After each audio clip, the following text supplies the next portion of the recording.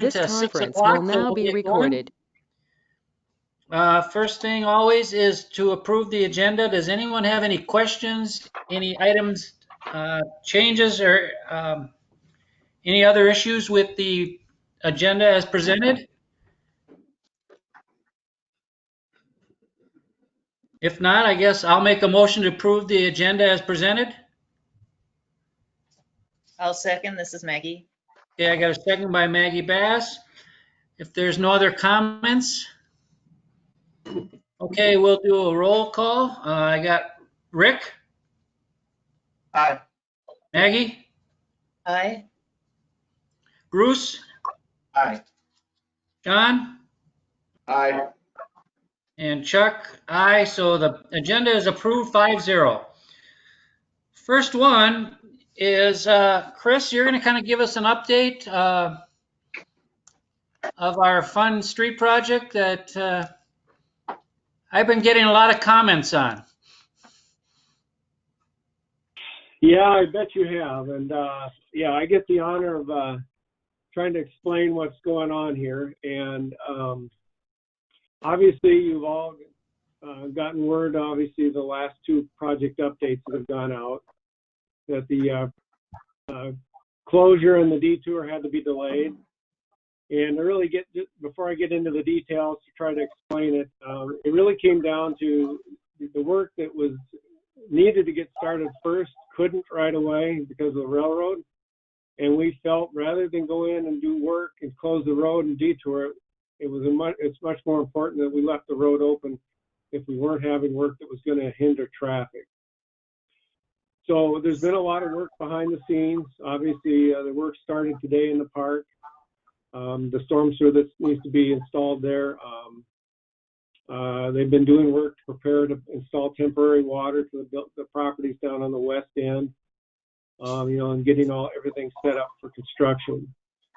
The issue that we ran into on Thursday, a little over a week ago, was related to the railroad. The railroad is really a critical path item. You've probably heard me say this over the last couple of years, that work has to start at the railroad. There's too many critical things that happen there. All the sanitary flows to that point, all the storm sewer flows to that point, and you just can't construct unless you can manage from the flow point up. What the issue was, and maybe Mike has explained it to a few of you, but we obviously submitted all our permits with the railroad. Everything was approved, authorized to proceed. And if any of you are familiar with construction, what always happens is the contractor submits shop drawings of the materials that they intend to use. And they basically were proposing to install some casings so that there's casings that have to get pushed under the railroad. And from there, the pipe gets installed inside the casings. And the casings they're proposing to use were slightly larger than what we had anticipated in our permit. It's basically a means and method. It's what the contractor wanted to utilize based on the equipment they had, and really is a non-issue. It's pretty common for them to do that. It's a matter of a couple-day turnaround for approvals from the railroad, and they can proceed. The problem is, and nobody was aware of this, it didn't become apparent until Thursday, the week before last, that Union Pacific, all non-union staff were on 1 week furloughs, 1 week per month furlough, and it put a glitch in the approval process. And basically last week there was nobody there even to review what was needed to be taken care of.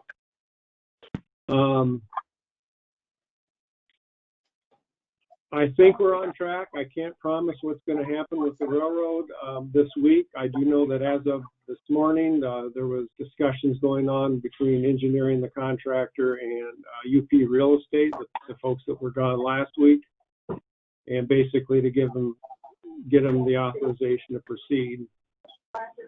I know the contractor's ready to go. They're as frustrated as anybody. Certainly, we're all been frustrated on this end. In this delay. So again, the reason we delayed the closure and the detour was basically felt it was more important to leave the road open rather than go in and do piddly work that really didn't need as much time to be done. They wanted to have a more apparent, understanding of when the work would start. So that's kind of where we're at. I'm sure you have questions, and you've probably received a lot of comments. There's, again, a lot of details that have gone into this. It's kind of the stuff you really can't make up. And I hate to use the COVID excuse, but that was basically what the situation was with UP. Because of COVID, I guess their shipments are down, and therefore they are doing this mandatory 1-week furlough for all their non-union staff. And that's what's caused kind of the issue that we're dealing with right now. So Chris, with Yeah. with this delay, are we going to still be able to get to the same point by the end of this year?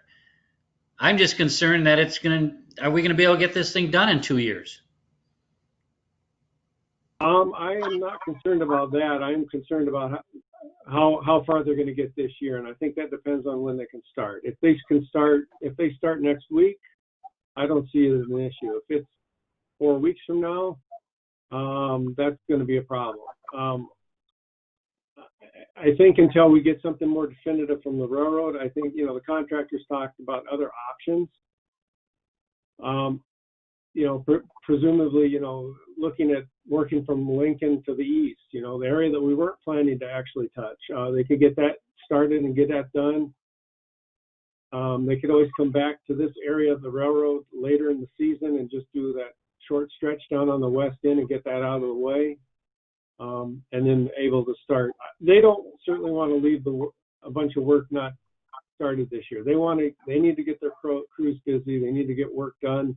They need to get some stuff accomplished, and it really depends on whether or not this hurdle with the railroad can get resolved quickly or not. Again, all I can say is, there was dialogue going on today between railroad and the contractor and their engineering department, so it appeared something was at least getting looked at and discussed. And again, typically it's a matter of a couple hours or a couple day turnaround for these type of approvals.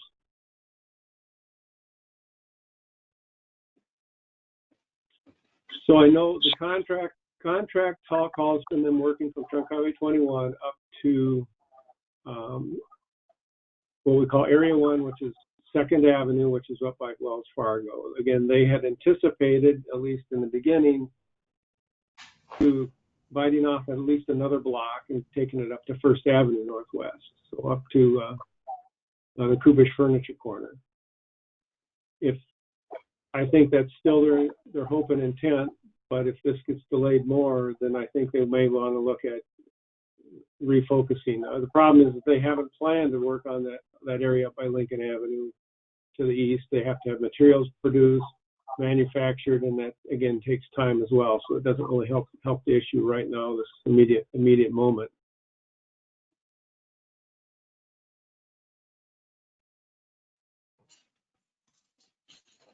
Okay, anyone else have any questions or comments for Chris?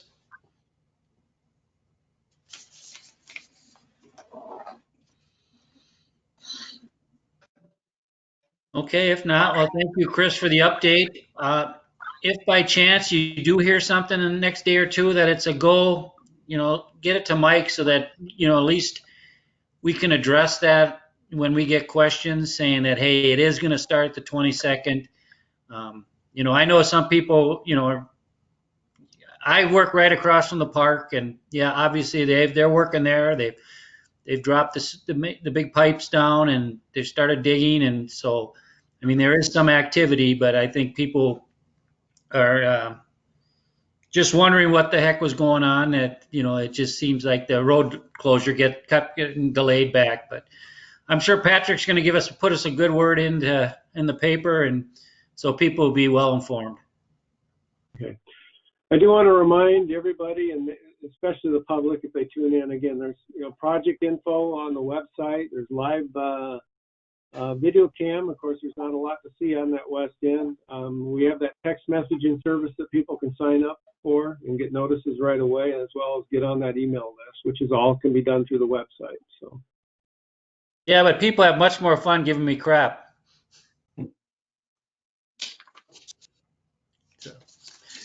Okay, thank you, Chris. Thank you. Next on the agenda is wetland setbacks. This looks like this is the second reading. Does anyone have any questions or issues or anything that Ken can address based on this wetland setback ordinance change?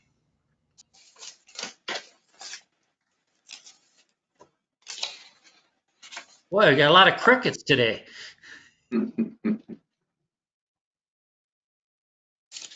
Okay, if there's no questions or comments, I guess I'll look for a motion to approve the second reading and adopt the ordinance amendment. So moved. Who was that? Shawnee? Yep. Okay. This is Maggie, I'll second. Okay, I got a motion by Sean Ryan, second by Maggie Bass. If there's no other comments or questions regarding this, we'll take a roll call vote. We'll start with you, Rick. Aye. Maggie? Aye. Bruce? Aye. Sean? Aye. And Chuck says aye, so the second reading passes 5-0. Quick question, when does that become an ordinance? So we have to publish the ordinance, and that would become published on June 25th.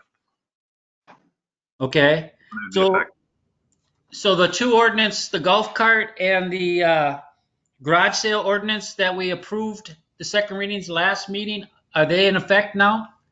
I believe that publication has happened, yes. Okay, so they are, because someone asked me that at the golf course the other day, and I didn't know. I knew we approved the second reading, but I didn't know exactly the date. But so they're both ordinances are in effect. Yep. Okay, thank you. Next on the agenda, First Amendment to Developers Agreement. Nope. Do you want to go back to number 3, Chuck? Oh, I'm sorry. I was having so much fun, I forgot about the judges.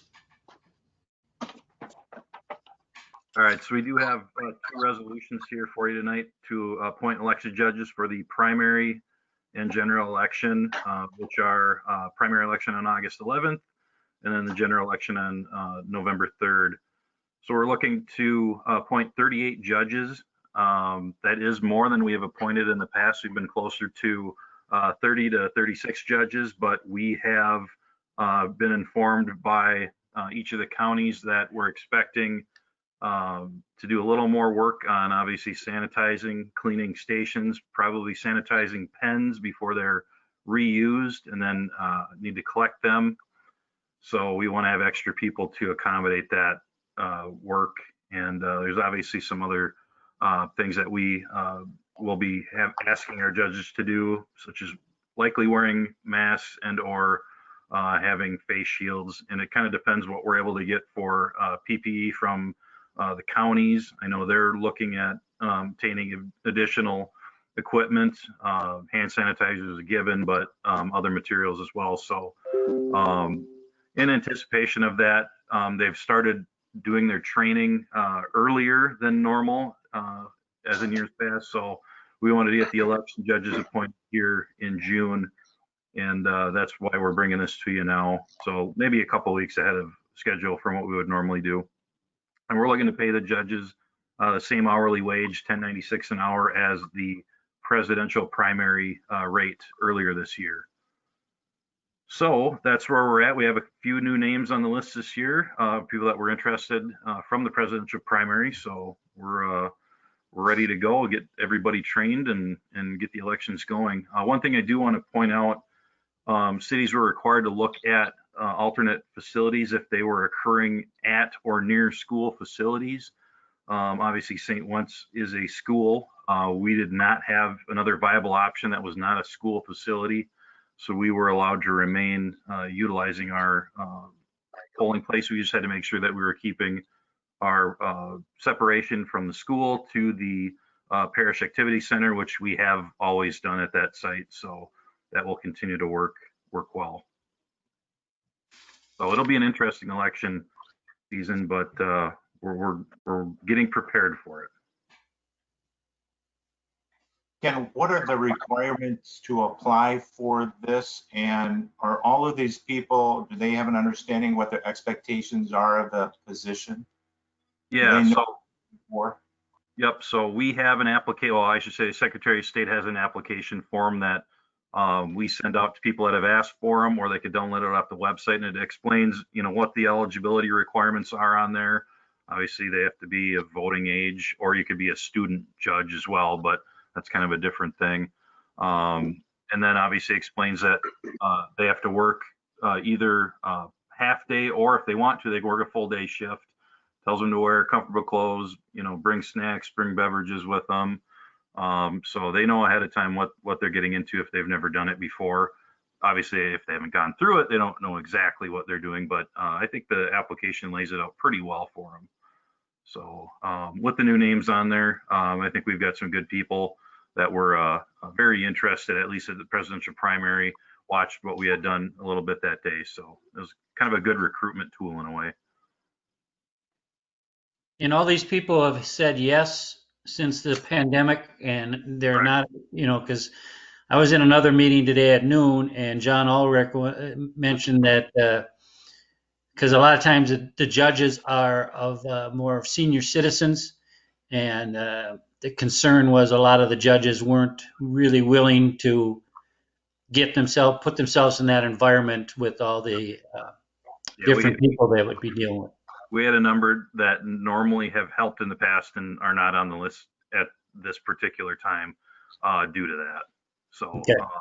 it was good that we were able to get enough people to cover. So we're very comfortable with the numbers that we have in front of you tonight. Okay. Anyone have any other questions? Comments for Ken? It looks like we're appointing election judges for the primary and the general. It looks like it's the same list for both, Ken? Same as both. Yep. Okay, so we can do it at one fall sweep? It is two resolutions, but Okay, that's fine. We'll do it at two different things. So if there's no other comments, I guess I'll make a motion to approve the election judges for the primary election. Second, Rick. Okay, I got a second by Rick Seiler. So if there's no other questions or comments, we'll do a roll call. Rick? Aye. Maggie? Aye. Bruce? Aye. Sean? Aye. And Chuck says aye, so that the primary election judges have been approved 5-0. And if someone wants to make a motion for the general election judges, which is the same list, So different resolution. moved. Okay, I got a motion by Sean Ryan. I'll second. This is Maggie. I got a second by Maggie Bass. If there's no other comments or questions at this time, we'll take a roll call vote. Rick? Aye. Maggie? Aye. Bruce? Aye. Sean? Aye. And Chuck says aye. So the election judges for the general election passes 5-0. So, and the primary is what, August 11th or something? Yep. yeah, August 11th. Okay. Sounds good. Thank you, Ken. Ew. Now, are you going to take the amendment to the developers agreement? Yes, I will take this one as well. So as a council, remember back on June 1st, we had a conditions permit amendment for Holy Trinity Evangelical Lutheran Church. One of the conditions of approval, specifically condition number 5, was to amend the development agreement that we had on file from when the addition was initially done to the church back in 2004. And that condition for this most recent amendment, we had a few different things that as part of that condition that needed to take place. One was amending the development agreement to delay the removal of their access to Trunk Highway 19 or Main Street until First Street was fully connected on both the 10th Avenue southeast side and the Chalupsky Avenue southeast side. The second part of the amendment that was in the condition was to note that the segment of First Street southeast along the church property could be constructed by the church, or it could be a public improvement project by the city and subject to a special assessment if the city were to do the project. And then the third part of that amendment in that condition was regarding the triggering event for the construction of First Street.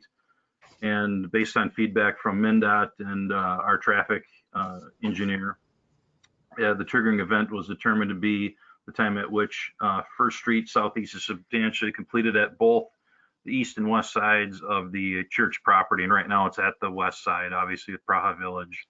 But once the other side reaches other property, and that would also be a triggering event, unless MnDOT should require the removal of the access to Highway 19 prior to that, then that would also be a triggering event. So those are kind of the three main criteria.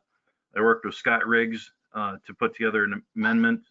Is the document that you see in front of you here tonight, the first amendment to the development agreement, to basically take that condition of the CUP and put it into an amendment document to amend that original agreement. So that's really what we're looking at amending at this point. The church is in agreement.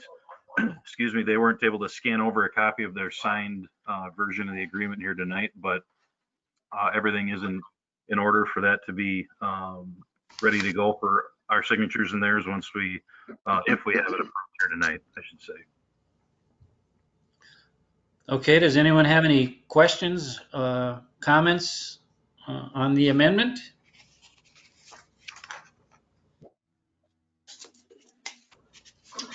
Okay, if not, I guess I'll make a motion to approve the First Amendment to the developers agreement. I'll second. This is Maggie. Okay, I got a second by Maggie. If there's no other comments or questions, we'll take it to vote. Rick? Aye. Maggie? Aye. Bruce? Aye. Sean? Aye. And Chuck says aye, so it passes 5-0. Good job, Ken. Thank you. And then I think you're taking population again. We just keep growing. I think if we just sit around, we'll get to about 9,000 without even breaking a sweat. Right. Yep. We're doing well. So we have the estimate again. Give a little background on the estimates we get from the state. We get two different estimates. One from the state demographer for the LeSueur County side of the city. The other estimate we get is specifically from the Metropolitan Council for the Scott County side of the city. We did show a growth from April 1 of 2018 to April 1 of 2019, because this is an estimate from over a year ago, April 1 of 2019, that we grew by 192 residents and 60 households. So we started to see some of the residents from Prague Village pop up on this estimate here. So that is partially what you're seeing in the reflected numbers. I know the question got raised at the EDA meeting last week when we talked about this, and specifically how that compared to the comprehensive plan.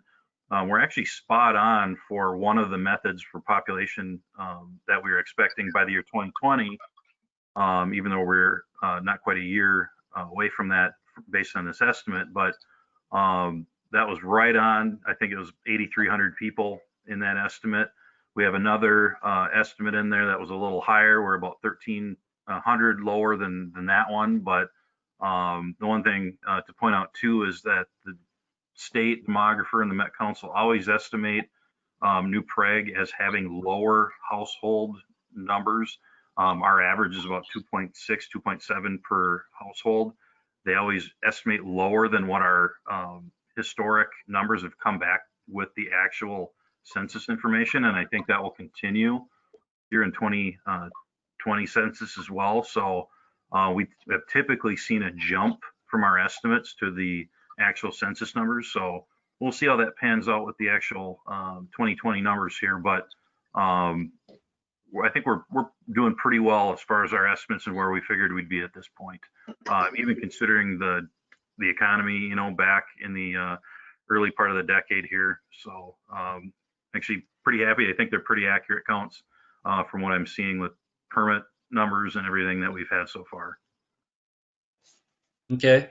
Ken, do you have any idea how the census is going? Do you get any updates from Scott County or LeSueur County? And No, actually, I've checked. It's been about a month since I checked on our the response rate for New Prague. We were, and this is over a month ago now, I really need to check it again. I think we're at about 78% response rate, which was lower than where we were in 2010, but I'm guessing we're higher than that right now. I'll check on that and I'll get back to the council on where we're at. I just haven't checked it for about a month, but we were doing really well compared to some other places in the state. And we historically have done very well with our response rate. Okay. Thank you. Anyone have any other questions or comments for Ken on the population estimates? I know there's no action needed, but appreciate Ken getting that information. It's always good to see that growth is going in the right direction, and hopefully it continues. Thank you. If we could get the street project done, but you know. Okay, next on the agenda, Jim, we're going to discuss your ATV Class 2 and UTV ordinance recommendations and see where we go from there.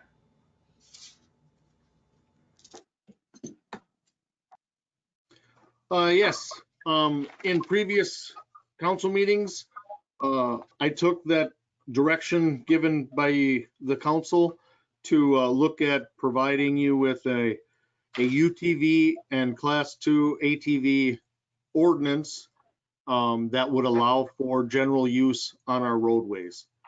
Prior to enacting something like this, they were considered general recreational vehicles that would only be allowed to drive direct routes out of the city where they could be utilized lawfully. But the council's direction was to come up with an ordinance that would allow for them to be utilized for general use, and that's what this ordinance would do. We have to, by statute, permit those vehicles if we're going to allow them on our roadways. I think I put together a pretty tight ordinance. Initially I started using our golf cart ordinance and just kind of mirrored that with some obvious changes with different definitions and things. So that's where we're at right now. If you guys have had the opportunity to read through that, have any questions about it or any concerns at all, but it would be part of the same process, our permitting process, as we use for our golf carts at this time. So Jim, is it an all or inclusive or not? Because I guess my question is, if someone doesn't get a permit and is just driving directly out of town, do they need to be permitted? If they are utilizing it as a recreational vehicle, then they would not have to. Okay, so really we're not changing anything if someone doesn't want to use it as general use on our roads. Correct. Yep. And I think that does go to the point of if we require somebody to have a valid driver's license when they're utilizing it on our roadway for general use, we could do that. As long as we can't be more restrictive than the DNR regulations, which DNR regulations might be if somebody gets their certification at age 12, they can go out on a ride and be supervised by an adult. After that, after they are 14, they're able to ride on certain trails and do other things. So if it would be lawful for that 14-year-old to take that out and utilize that someplace, then we would have to allow that person to utilize it as a recreational vehicle doing that same thing, just like snowmobiles also, that they could take it on a direct route out. And I think that would be the distinction then, that we're not being more restrictive than the DNR because they're able to do their recreational vehicle thing yet, but we are restrictive in that if they're going to use it for general purpose on our roadway, they have to be a licensed driver. Okay, just to say that same thing again, if you're using for general purpose, you have to have a driver's license. Yep. Okay. Yeah, and most cities move that direction. Just some of them might detail that you have to have a learner's permit minimum so that they have had behind the wheel and have done some of that testing. But that might require having an adult sitting next to you in the front seat also. Because we have the 16-year-old with a valid driver's license in our golf cart ordinance, our attorney's office said, you know what, I believe we have firm standing that we can regulate that way. So if a 16-year-old is driving it to Coburn's, that would be unlawful activity. Unless they had it permitted, yes. Well, even if they had it permitted, they don't have a driver's license. Oh, well, as a 16-year-old, they may have a driver's license. A 14-year-old wouldn't have a driver's license. No, nope. Yeah. Okay. Yeah, that would be the distinction, that somebody that does not have a valid driver's license could only use it for recreational purposes. And at that point, I mean, if the parents were to permit that vehicle, then that would just be how we would end up dealing with that. That if a young person is driving that around general purpose, that may be a violation. We would have to educate them and talk to them about that. And if they're not using it as a recreational vehicle with that direct route out, then we would have to, again, deal with that with a verbal warning or talking to the family to make sure that they're not allowed to use it as a general purpose vehicle.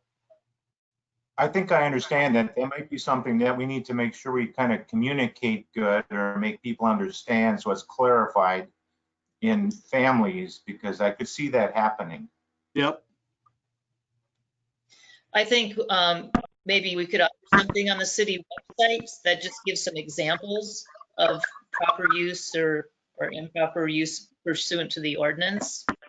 Mm-hmm. It might clarify.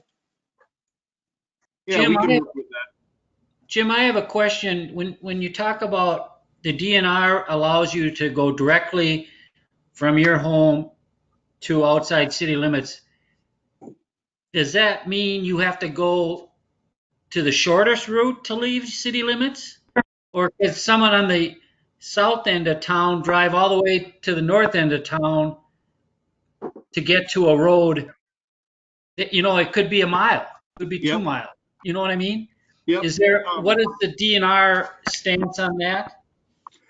Well, the DNR doesn't regulate any of that.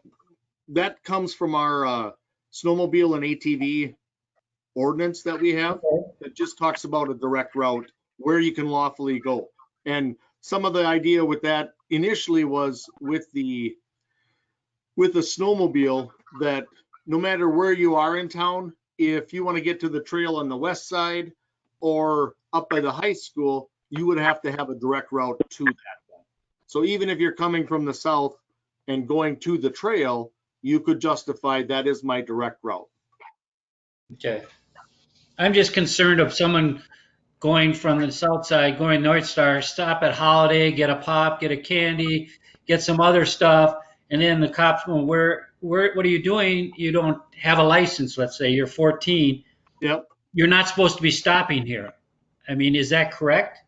That would be correct, yeah. If they're driving it as a recreational vehicle, then it should be a direct route. And sometimes I have individuals just ask me about, hey, well, can I stop and gas it up? Officially, no. That's what cans are for on recreational vehicles, because they're not supposed to go. Now, do some snowmobiles make their way on the trail to gas up? They do. If they're crossing the roads properly and doing that, more than likely, we are not going to get involved with that, because they're going to make their way back onto the trail and then head out again.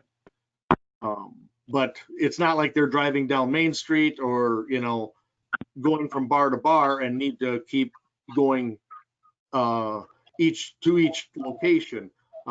So generally people handle that well. They know what they should do, what they shouldn't, and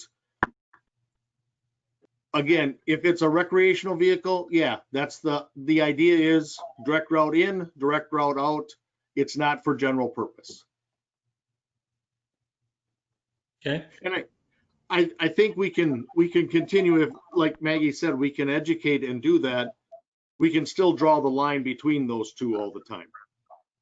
That if you're a lawful driver and have it permitted, then it's general use. If you choose not to either permit your UTV or you are not of age with a driver's license, then it would be a recreational vehicle only. I'm seeing a lot of UTVs around New Prague, especially by the compost site. Today I saw one going up Lexington Avenue. That happens and you see something like this, would you give them a warning because they're not supposed to be on our streets right now? Yeah, we have talked to them. I've had several people call me and ask me about that, and I said, hey, right now there is no ordinance allowing that, so you shouldn't be hauling things to dump right now with it. And one individual said, hey, I have a pickup truck and a trailer. And I said, well, that's what you should be using then. I said, I realize you would like to use your ATV for that, but until it's ordinance, you should not be using it. Okay. And you might have seen in the ordinance also that I did put in a stipulation about not pulling a trailer with it. Yes, yeah, I saw that. And that was one of my bullet points that I just wanted the attorneys to review. The idea of that is so that people are not taking bus seats and mounting them on a trailer, and then they're going to haul people around on that trailer, passengers. So that's why I put that in there. As it's written right now, it does kind of encompass everything that, for instance, somebody probably could not hook up their trailer, throw a bunch of branches on it, and then take it out to the compost pile to dump it. We could look at that and address that if the council would want me to look in that direction and put a stipulation in the trailer one where you cannot utilize the trailer for passengers to travel on. Yeah, and I have seen a couple of UTVs with trailers hauling to the compost. And I guess I'm not opposed to that, but to your point, absolutely not letting children sit in the trailer or outfitting it for additional passengers, because clearly that's not safe. We don't allow kids to be in the back of pickup trucks, right, when they're moving. So kind of a similar situation. So I would be okay if it's used for utility, if they're hauling a lawnmower to mow their grandmother's yard or to haul brush to the compost. I'm okay with that. Okay. I can look at just rewording that to that, and the fact that we've incorporated traffic rules and the 169 statutes and others just is to cover that if they do hook up that trailer, it is supposed to be equipped with lights and have those in working order to utilize that on our streets. And that trailer needs to be licensed as well? Yep. Yeah. Yeah, okay. Hey, Jim, when I was reading through the ordinance, these are just, I have one question that might be for Ken, but in section 7603, section B as in boy, this is on page 3,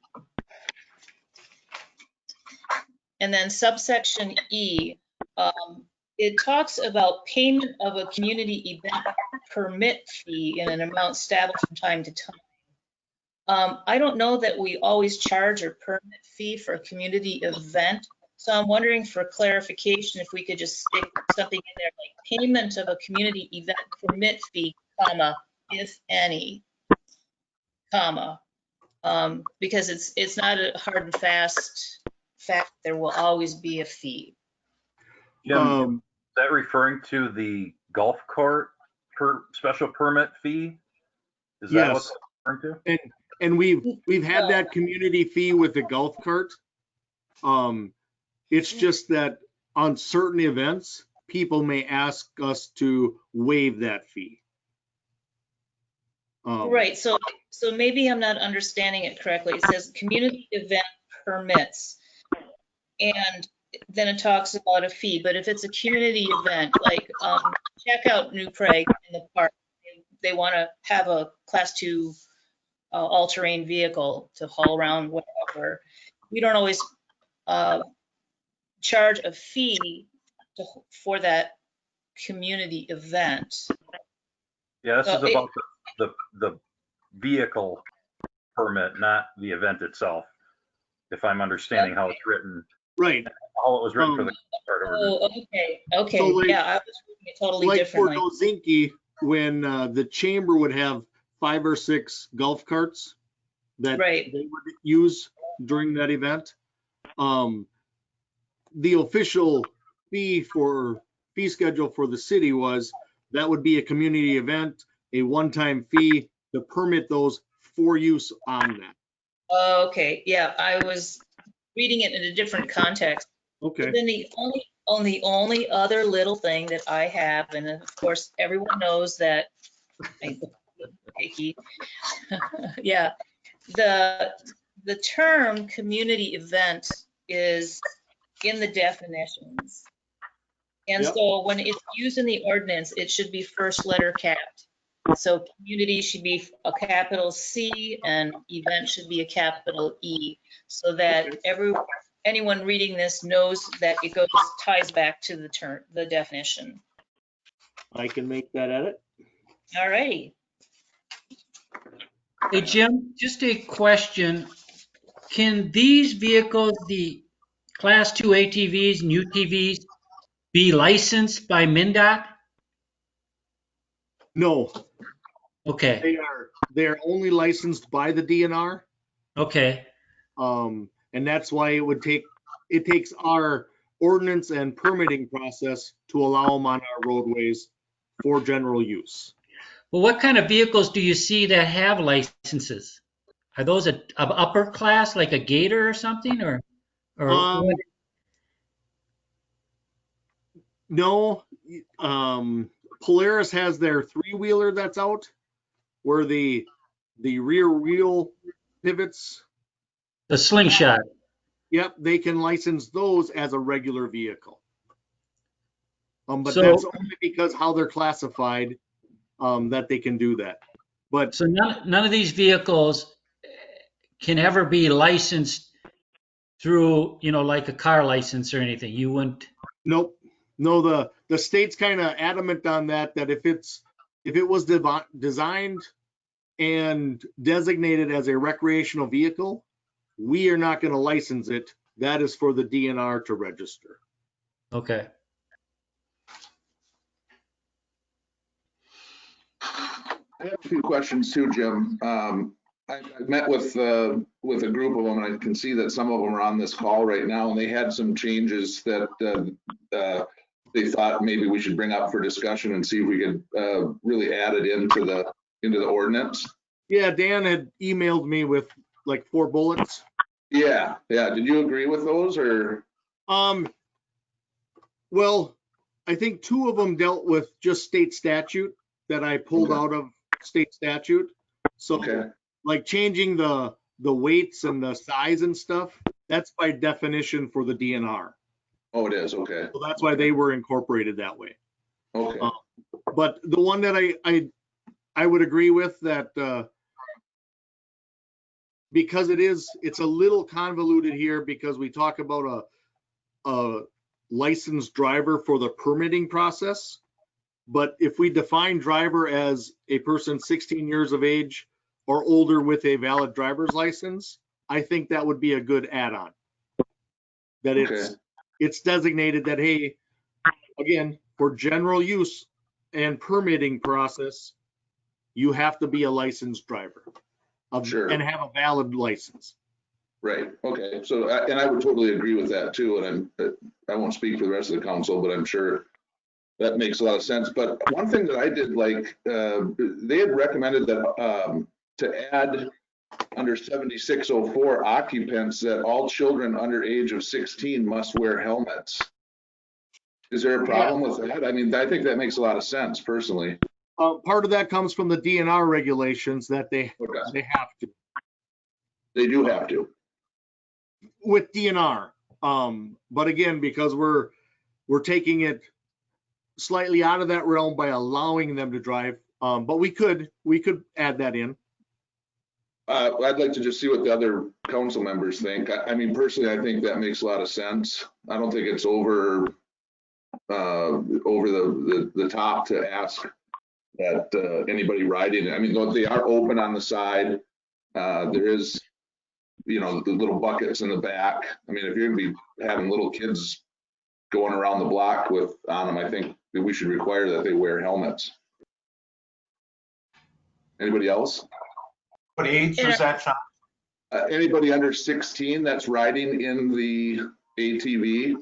So if they're giving, you know, 3 little kids a ride around in the back of that maybe they should have helmets. I would think. I could- Go ahead. I'm fine with that. It goes Yeah. without saying. I mean, that makes a lot of sense. Yeah, Sean. Yeah, well, they're gonna go posted speed limit, so, you know, that can be 30, 35 miles an hour. So, yeah, absolutely. We did talk to one about 2 weeks ago that took his out and was just traveling around in the neighborhood and had 2 other kids in there that were strapped in and buckled. The third one was a 10-month-old that he was holding while he was Oh. driving. So we did work to educate him and say, clearly not a good choice. Right. Perfect. But no, I will add that to my list, Sean, if the council wants to move that way. I'm fine with it. Yeah, is there an action tonight on this? Well, It's just a review of the ordinance. So yeah, I would say look at adding that to it. okay. Can we Bruce, make do you agree? if we do the first reading tonight with the changes that Maggie wanted and then adding the helmet restriction, just to move this along? Well, this is Mike speaking. Is we set it up not knowing all of the changes that were going to be forthcoming. And typically when you go to introduce it, it should be a final clean copy so that everybody understands what's there. And so there are a number of changes, but it was really set up on the agenda for just general discussion like we're having tonight, with the idea that the introduction would come at the next meeting. So can we go through the timeline here? So next meeting, we have the hard copy, the final copy. We do the first reading. That's 2 weeks from now. And then we would do, actually, I think there's a third week in there, isn't there? July 6th would be the introduction, and July 20th would be the adoption. And then you've got the publication. And then it takes effect, what, 30 days after that, or on the day it's published? Immediately upon publication. Okay, well, it just seems like summer is gonna be over by the time we get this thing done, so I want to see if we can speed it up a little bit, but. And it's not, I mean, I think because we have the golf cart or ordinance and permitting, I think even after the first reading, that would be in place, that if people chose to get their permits and things, they could do that.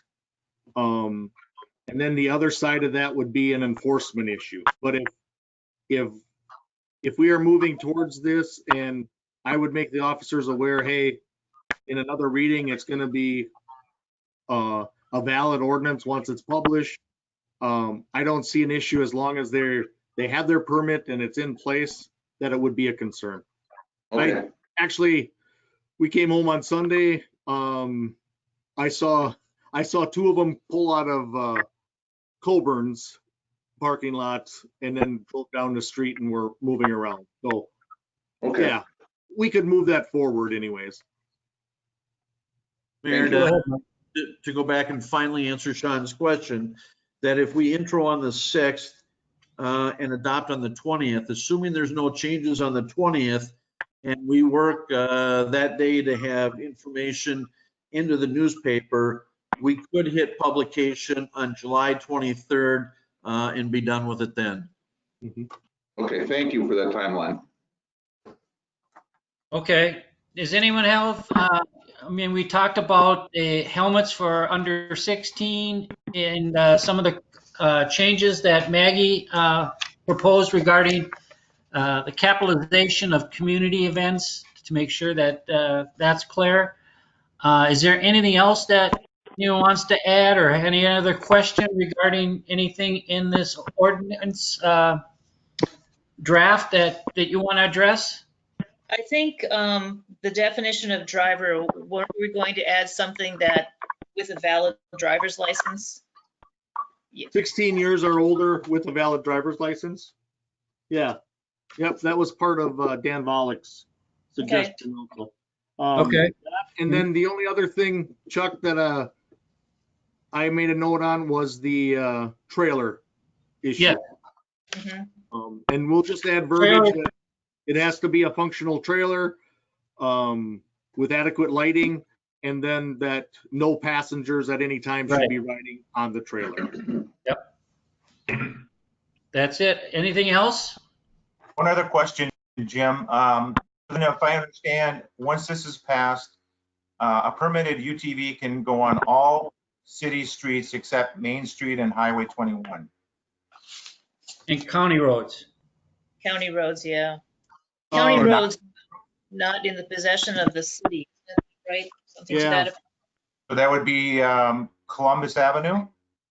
That's right now it would be Columbus Avenue North.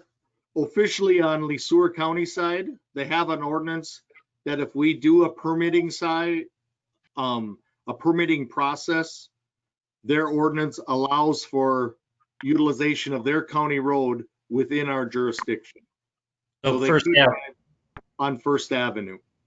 That would be another clarification, Bruce, that I'll do with the attorney, because I think we need to, I mean, barring you guys wanting to actually pick other roads that you do not want them traveling on, we would probably put a map together and possibly as another piece of an ordinance that would dictate the golf roads and the UTV roads that would be available. Maybe that's a handout with the permit or something. Yep. Yeah, we do have a map right now with that usually went out with the permitting process. I don't know if it has in the last few years anyways. Well, for Columbus Avenue, I think not many people realize that's a county road. Yep. And are we looking at a year or two before we get that turned over to us, Mike? Yes, likely. Because obviously that's the main road getting to the compost. Yeah, that it is. And there would be, there would be no other way to it because the east side of going from 12th Street or Columbus Avenue is also a county road going out of town then, past the treatment plant.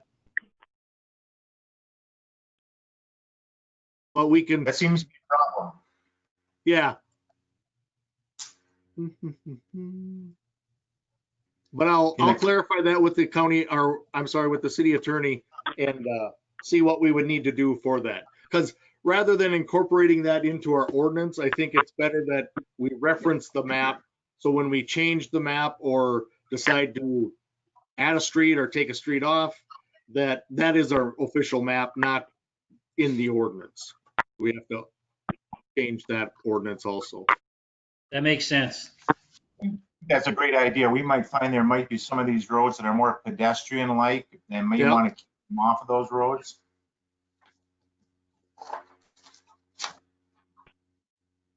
Okay. Any other additions, comments, or anything that Jim needs to incorporate into this? If not, I think, Jim, you know our direction. I think you kind of know our timeline.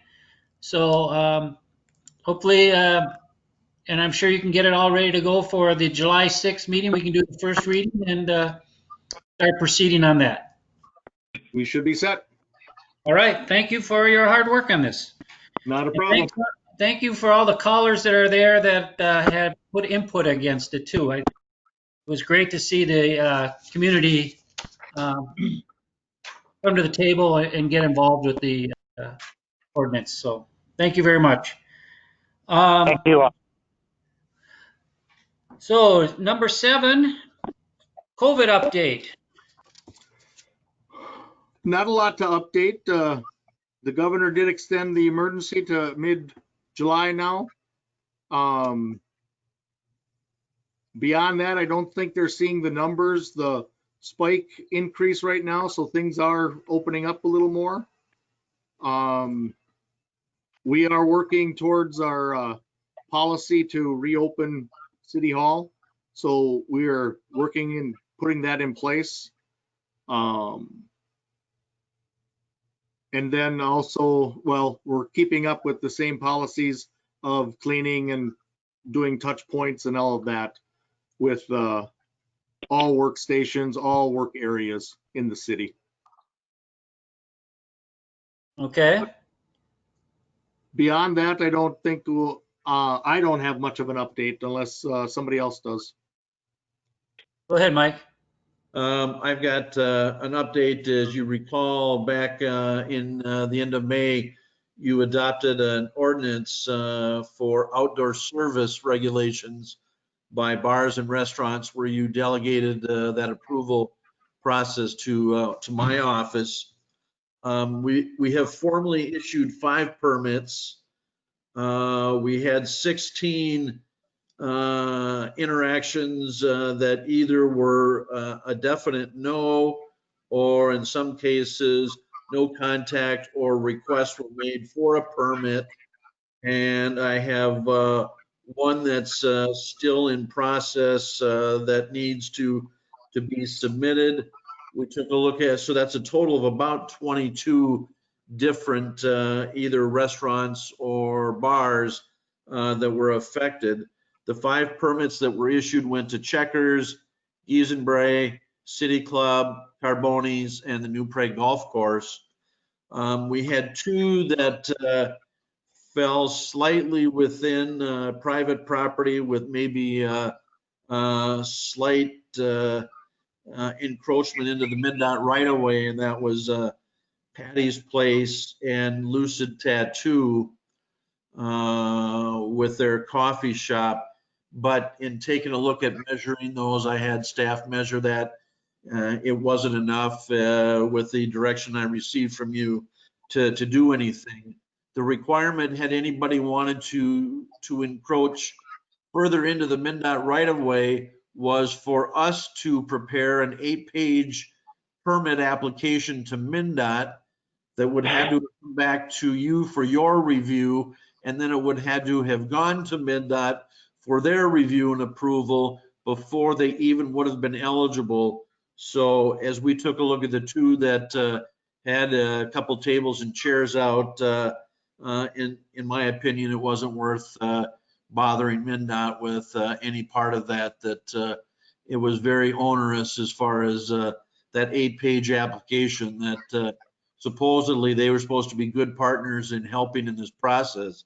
But I didn't see it as anything a long exercise in permitting. So 5 formally have been issued. We've had contact with most of the rest of the other ones. In some cases, the challenge is that there's some of that permanent seating that is stuck in concrete, and technically probably doesn't comply with the separation if all of the tables were to be used.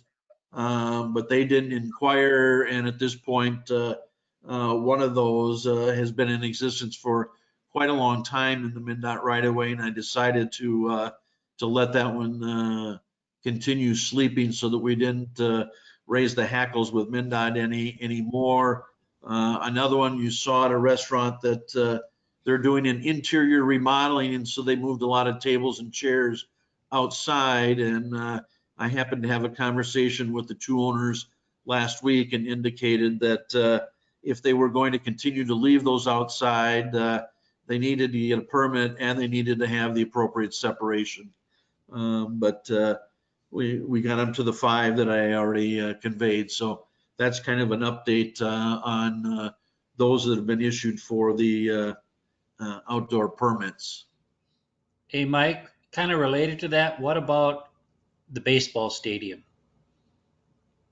That one, as Ken and I have been in conversation, is that obviously the maximum numbers that are there right now. Ken, you haven't gotten any further updates, have you?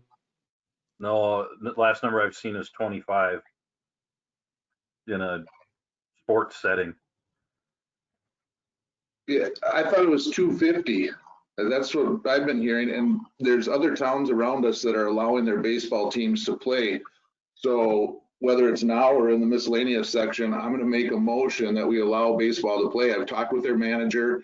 I thought they had what I would deem a fantastic plan, limiting the tickets to no more than 250, and it's people could spread out. And let me tell you, I was out this weekend here in town, and you could have went into any bar, and there was no social distancing. There was nothing. I mean, the best you could try to do, even when the bar owners did move chairs up 6 feet apart and whatever else, people were moving them over.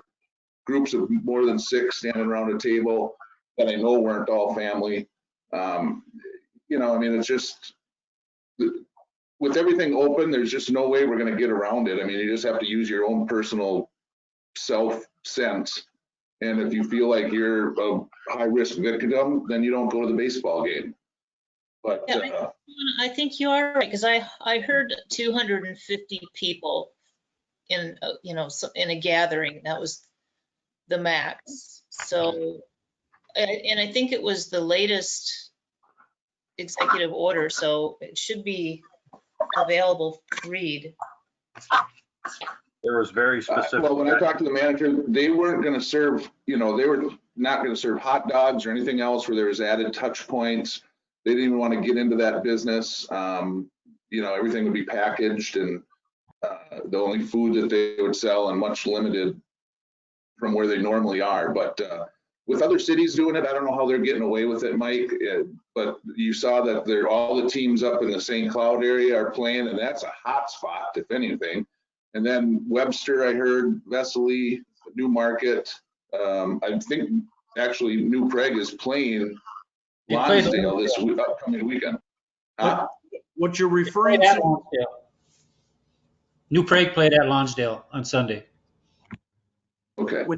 When you talk the number 250, that's for occupancy of an outdoor space under restaurants, bars, taverns, golf courses, and other entities of that nature, that you can have customers at any one time is limited to that number, for whom physical distancing of 6 feet can be maintained between tables not to exceed 250. It's not for necessarily an outdoor event. And I think what you're hearing, Sean, on those other ones, at least from what I've been able to monitor, is that basically they just said they're ignoring whatever the rules are, because there is not one that allows them to take an event and put 250 people in the stands under the latest governor's executive order. I think Ken is correct, is there's a limitation on the number in regards to essentially organized adult sports. They have not clearly spelled out or issued those rules or regulations. And we do have, because it is a municipal facility. In some of those others, it may not be a municipal facility. But on the entry point here is we've issued them a license to sell beer, obviously at the concession stand, and all of those other food products. And yes, they would have to have provisions to comply with being able to handle and sell product, and to be able to sell tickets, and to open up for the restroom cleaning and all of those kinds of things. There's more to it than simply saying, just go play ball. I hate to say that, Not in but my book. involved with it. And I think if I read, I didn't read the actual ordinance, but I saw it, I thought it said sport venue or adult sports venue, and you're lumping it into a community situation. The way I read it, I think groups of 250 are perfectly fine. And like I said, whether it's now or then, and I'm gonna make a motion for the council and see if it moves, because I told the baseball players that I saw this weekend that I would, because I think that's the right thing to do. People are dying to do something outside and do some sports and whatever else. I think it'd be fantastic to let them play. So I'll make the motion right now that we allow the baseball team, the baseball park to open up.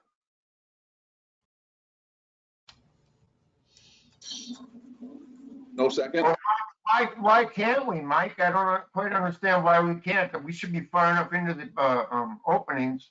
I don't want to do something that's going to be counterproductive. That's all.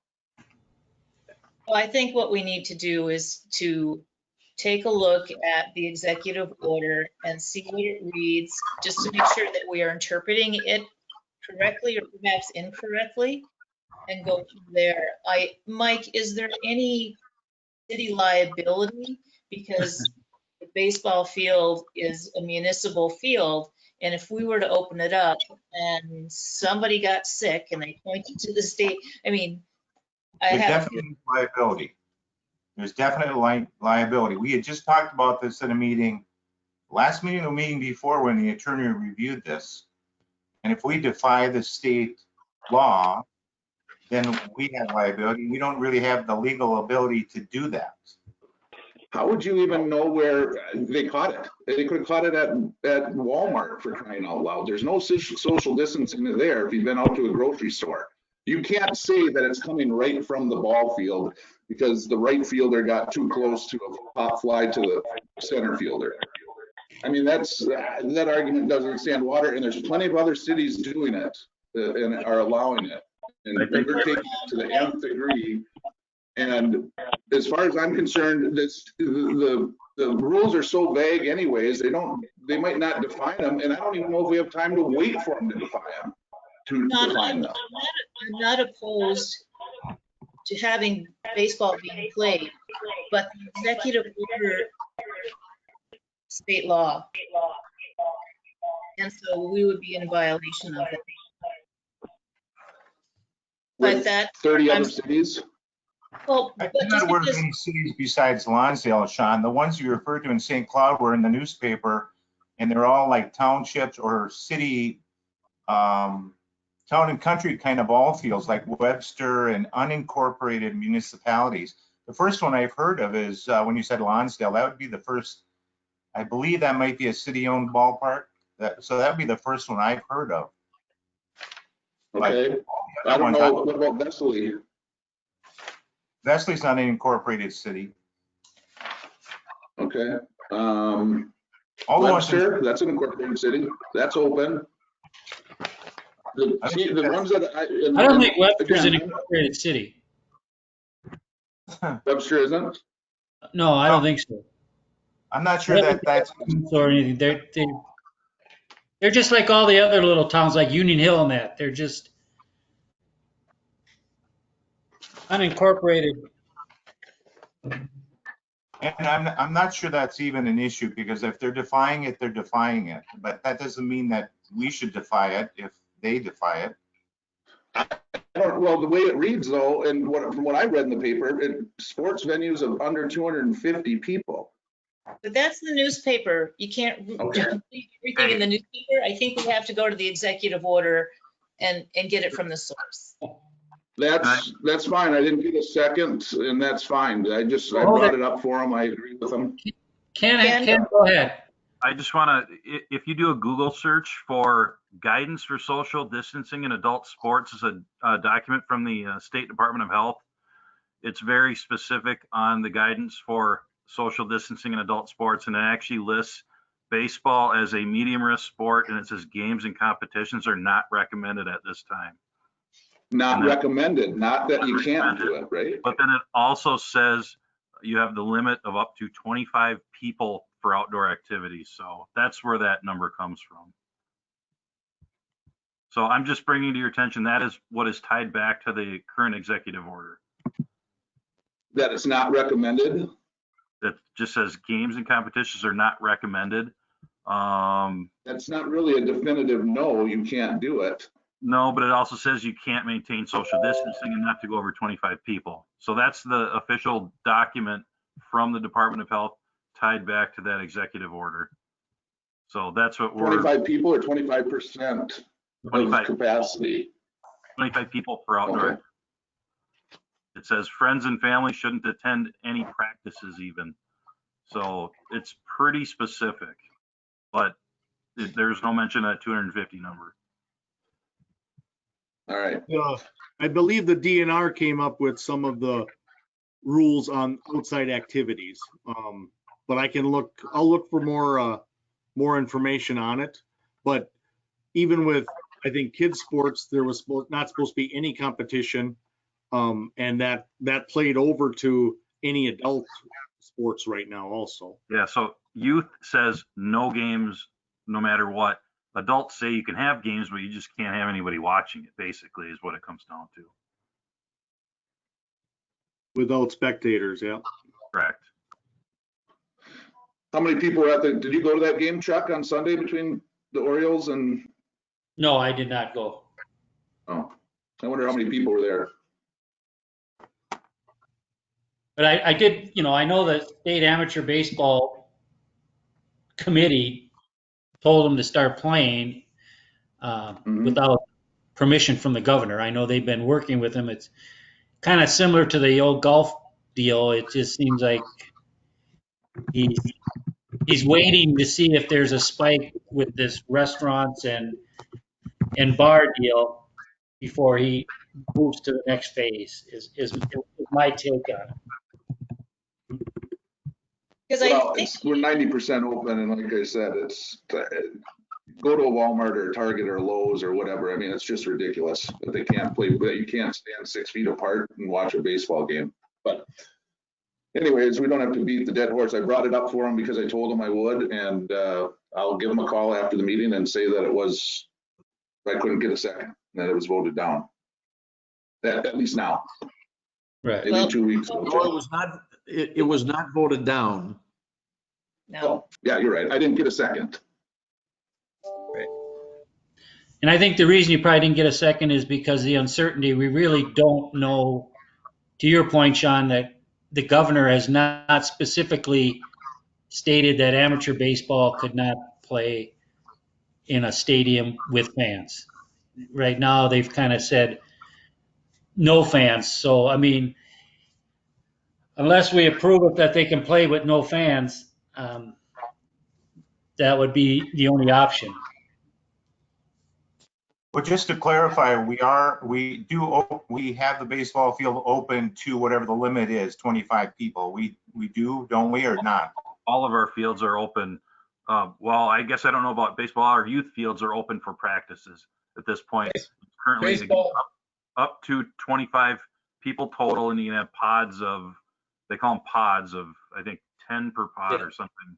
10. Baseball just turned in a schedule for practicing on the baseball field. So they'd be within the 25 person limit then? That's what they were advised to do, yes. And I'm totally supportive of that, whatever the guidelines and requirements are. If there's any wiggle room, I'm supportive of trying to take advantage of wiggle room, but I don't see that there was any. Mayor, can I ask this? Maybe the council could take an action that as soon as there is any change in any of the items, well, we're going to have 3 weeks now between now and our next council meeting. If something changes, my presumption is we've got the authority to go ahead and authorize that to move forward, unless I'm stepping out of bounds with that assumption. I think you already I had think that. that's great, Mike. Okay, I just wanted to clarify. What was that, Bruce? You already have the authority. Jim and Mike have the authority already under the emergency order of the city council. Right? Mike Yes, is, But I- I would agree. That's how we'll proceed.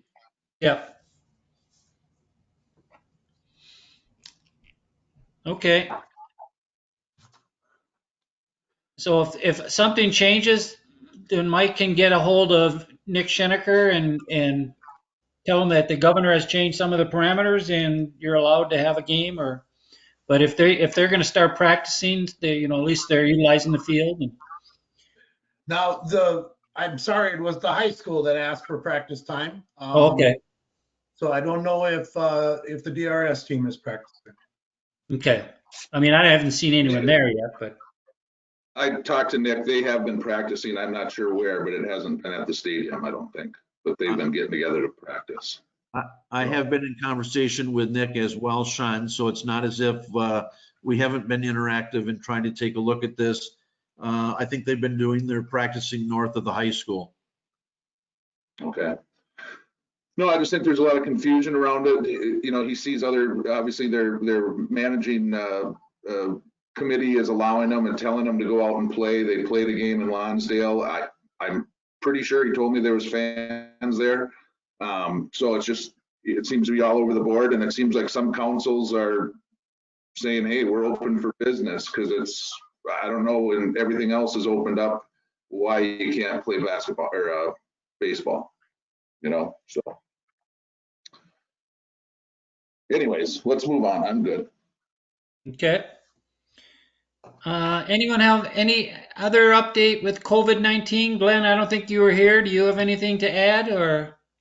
No, and I apologize, I lost internet, so I dialed in on the phone, so I was listening, but then I got it back, so I was listening. I bet you that beer tasted good. Yeah, exactly. Okay, next item is the consent agenda. Does anyone have any questions, issues, comments on anything in the consent agenda?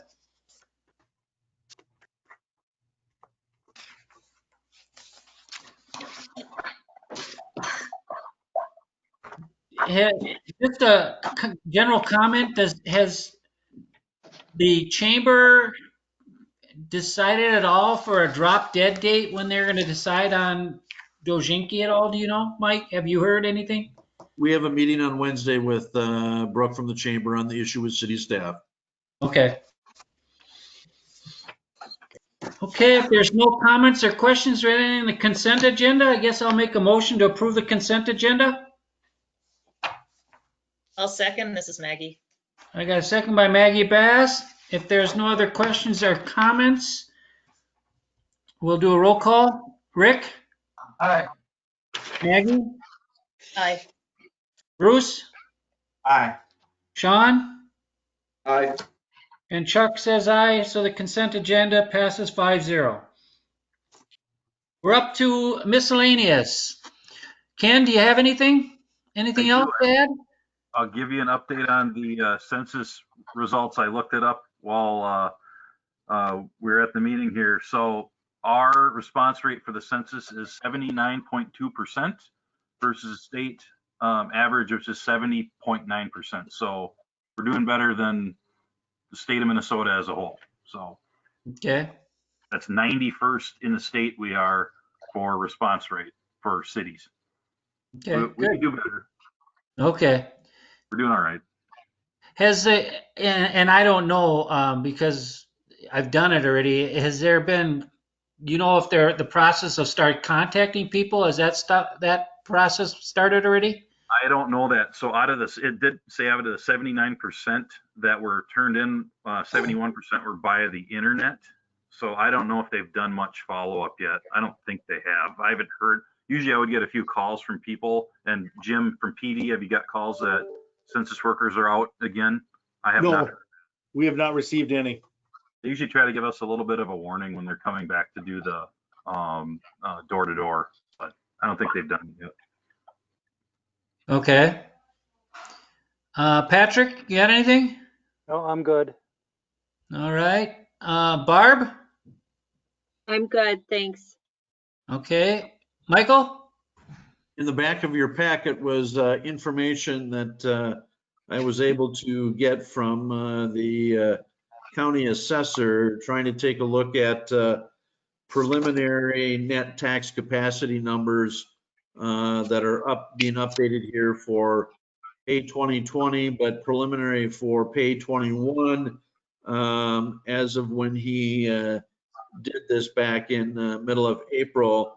His preliminary indications is net tax capacity is up just under 8% for pay 21. Okay. And we're still doing okay with property taxes for the first half, right? Yeah, in conversations with the county today, that May collections were good. Patty should be getting here in June, 1st of July. We should be getting our first half. It'll be the second half collections that aren't due until October. I think the extension for the first half was moved to July 15th. But then the second half, which is due October 15th, it'll be a challenge to obviously get in by year end, which is why we carry the amount of fund balance that we do to carry the cash flow of the city, since property taxes likely that are collected in October, we'll be lucky to get much of anything in November. Typically would come in December, which is the last month of the fiscal year, which is also when the second payment of LGA comes in. So when you take a look at that, we essentially have to cash flow a good portion of the year, and the timing of those revenues are obviously right at year end before closing the fiscal year. Yeah. Yeah, because some of the people I've talked to, they weren't so concerned with the first half payment. They're more concerned with the second half payment. The effect of people not having their jobs and things like that would be more predominantly the second half. But that was why, as you recall, when we did the audit back in May and we took a look at fund balance, is that we carry a fund balance for cash flow purposes at 50% of the following year's expenses.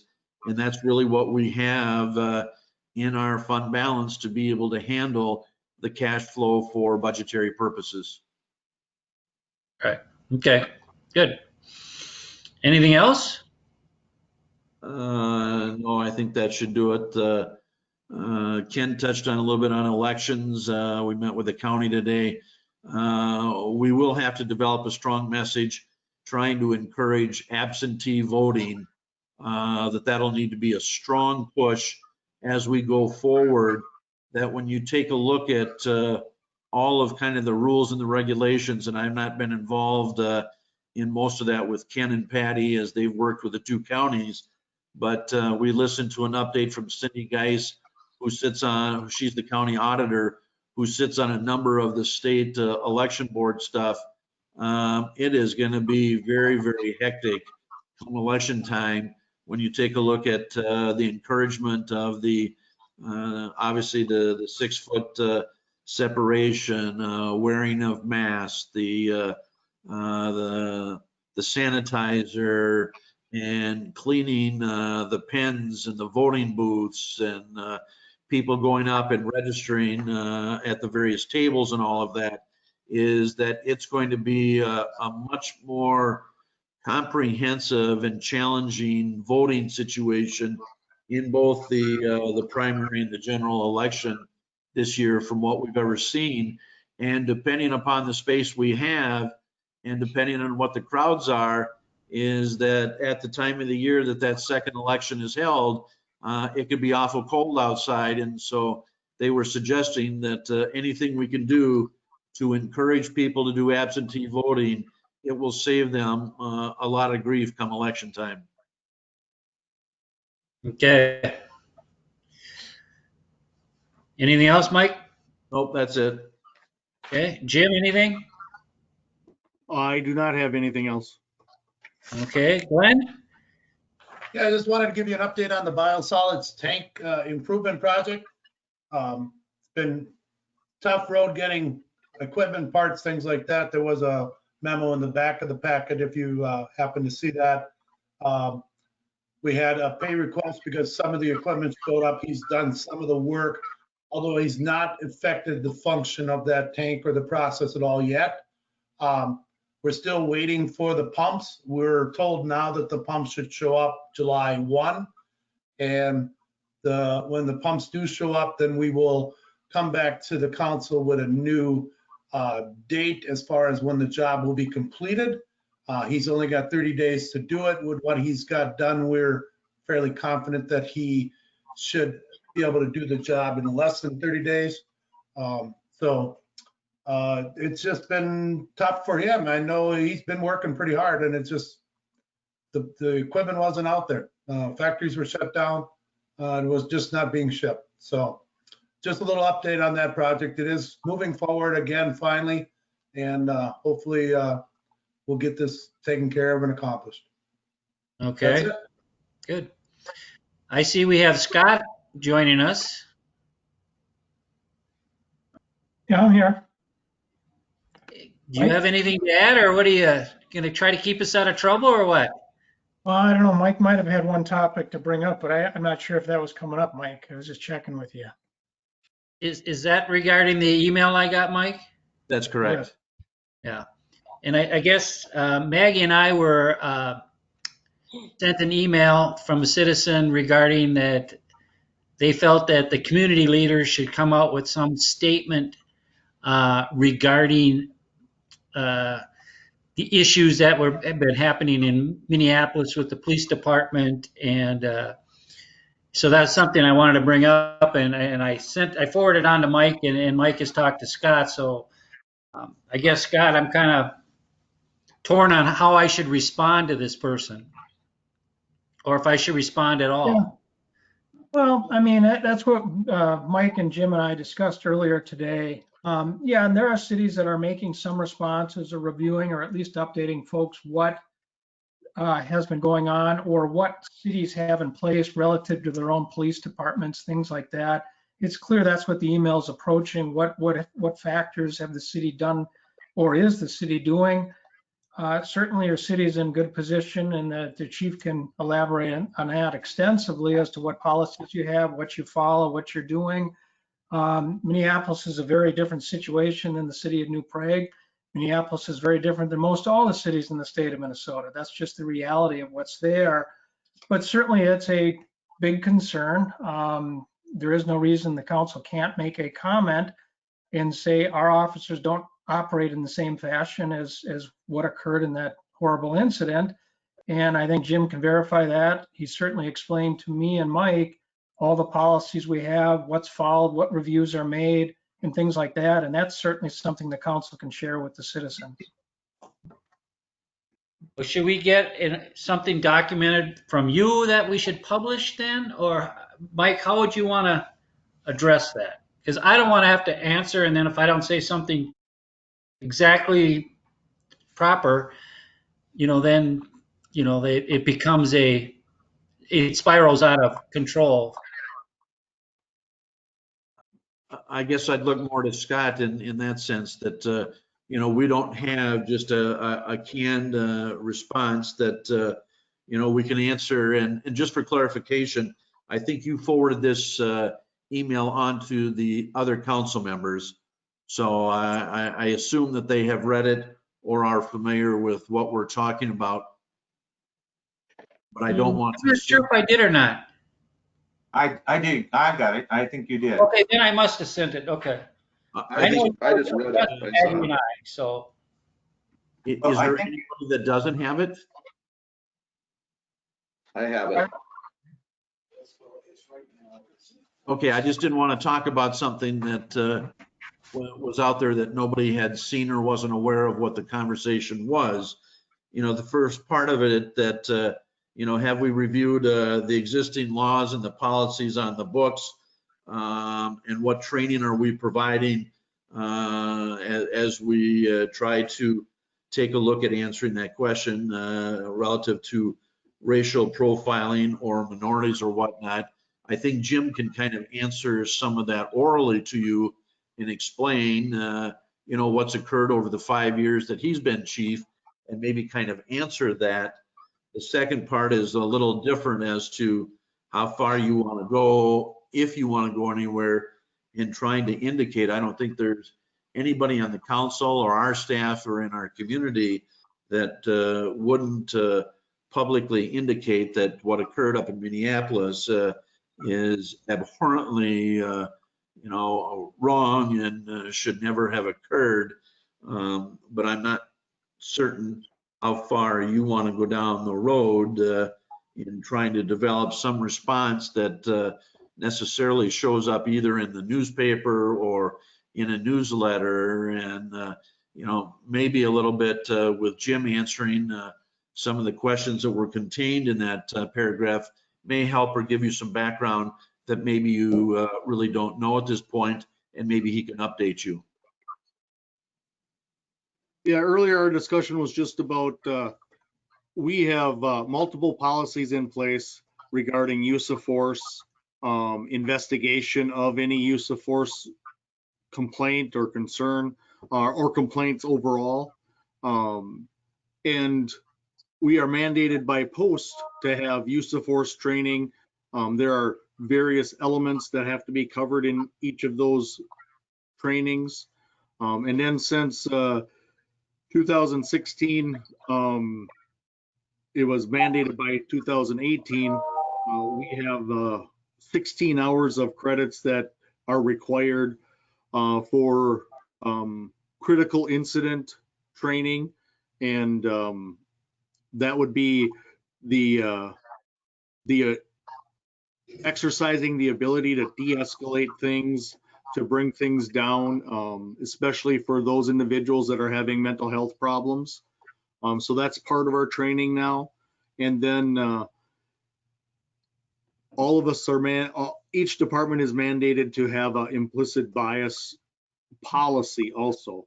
And then along with that goes some of that training also for that. So we have all these mechanisms put in place. And I think to the emails point, she inquired, are we treating people differently within our community, whether they're a minority or something?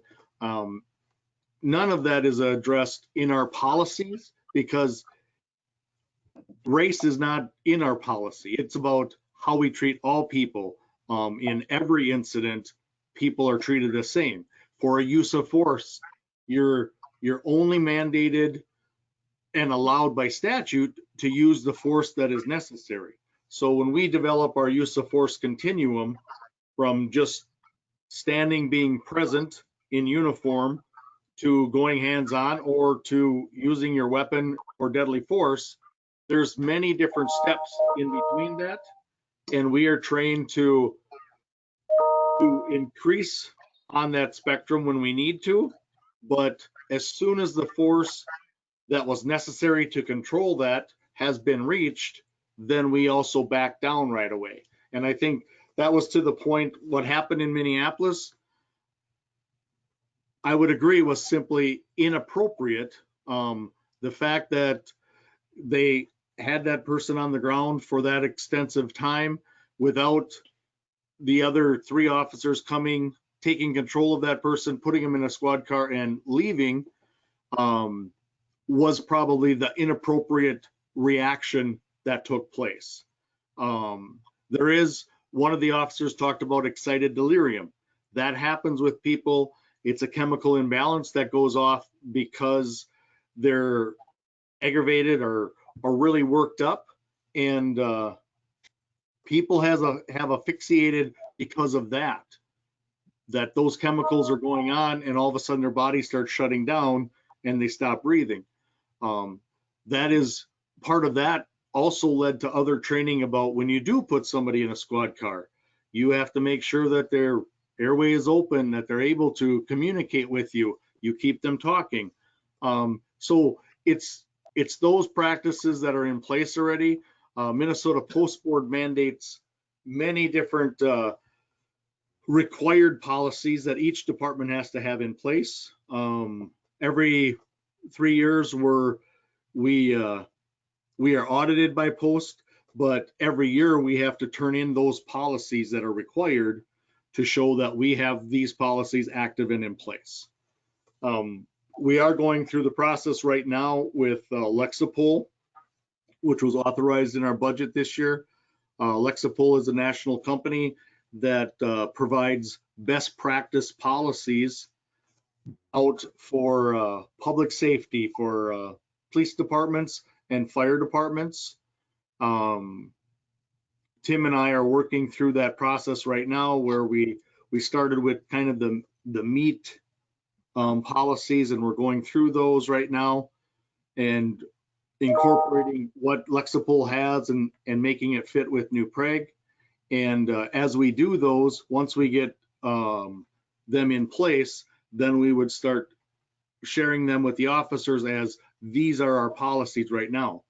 Right now we have our policy book that is maintained online, just on our server, that is always up to date. But again, in that, the point of that discussion is nothing has to do with race. It is about what we expect from our officers in treating the public. And that is all about being respectful and treating people with dignity, no matter who they are, because we're there to get the job done, take control of a situation, but again, to only use the force necessary to do that. And that's kind of what the whole training evolves around, that even though you may be emotionally involved and worked up about it, but that's why officers have to maintain that control of themselves to be able to just de-escalate when it's appropriate. So we work on all of those things, and I think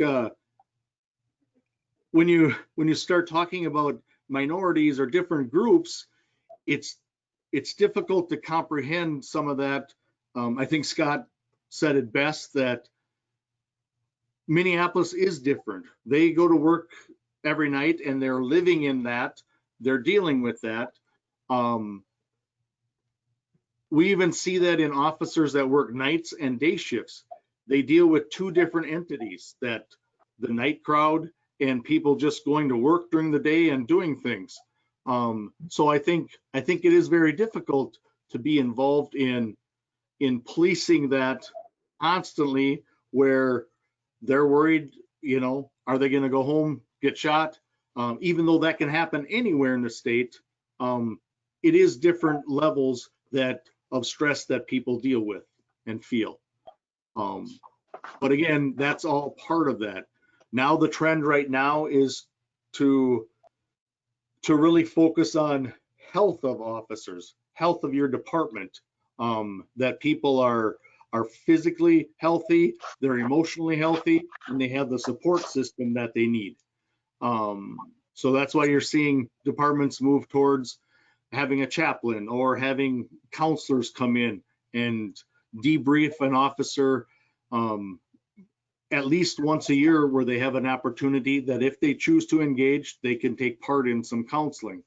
All of that is in an effort just to have a healthier department and maintain a control of yourself as you develop in law enforcement, so that you don't become this rogue person. You always have to stay centered and balanced in your work and in family and friends, religion, whatever. So that's the idea of just having an all-around healthy officer. Once you have a healthy officer, it is easier for that officer to do their job then.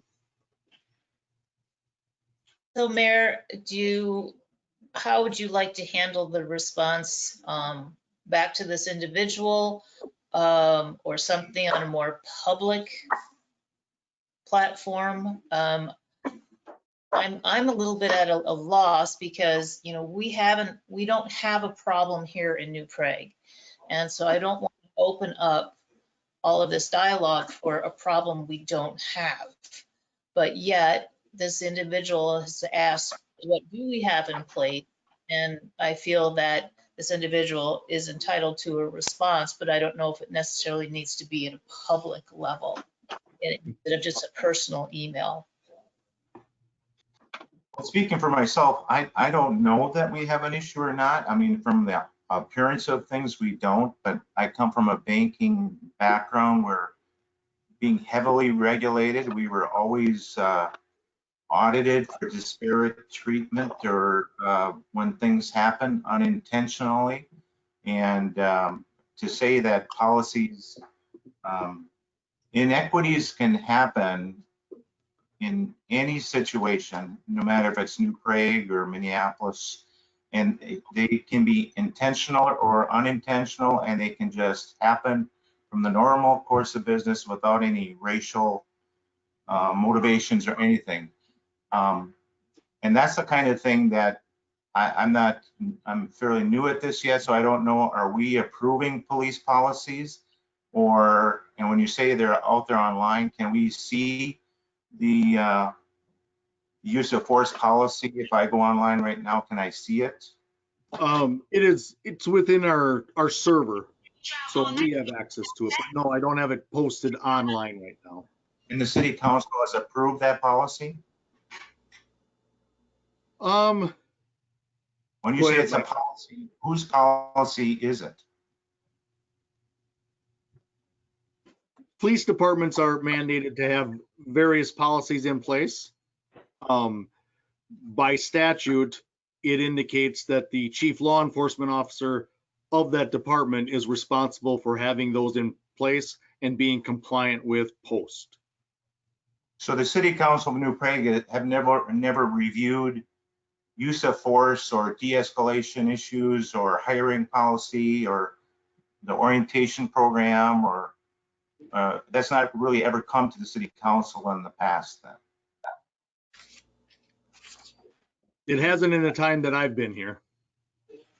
I do think, at least personally, I feel that that should be an issue we should review then, just to review a general overview of the policies to see if there's any unintended consequences or any inequities racially or bias that are just because we just need to look at those things so often, and having some outside, or whether it's Scott or someone else, to look at them. And I don't know if they look at them. I don't know if you look at that every year, Scott. I don't know if our use of force policy has been updated from 2 years ago or every year, or I don't know how that works.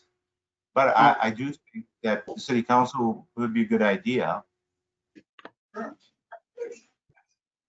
But Scott, what do you think is the best practice for a community as far as looking at police policies and things? And it seems to me that would be under the purview of a city council to have input on police policy, and especially use of force in this day and age, and bias issues and some of those things.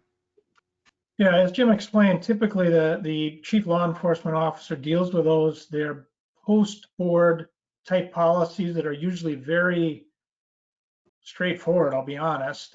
They aren't that unique to most communities. They can be modified somewhat, but the post-board prefers they be utilized as their models.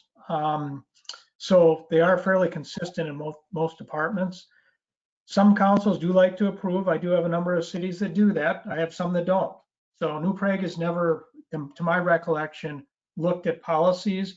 I don't see a reason why the city council couldn't do that, and certainly have Jim just update and say, here's what we have, if you want us to look at something different.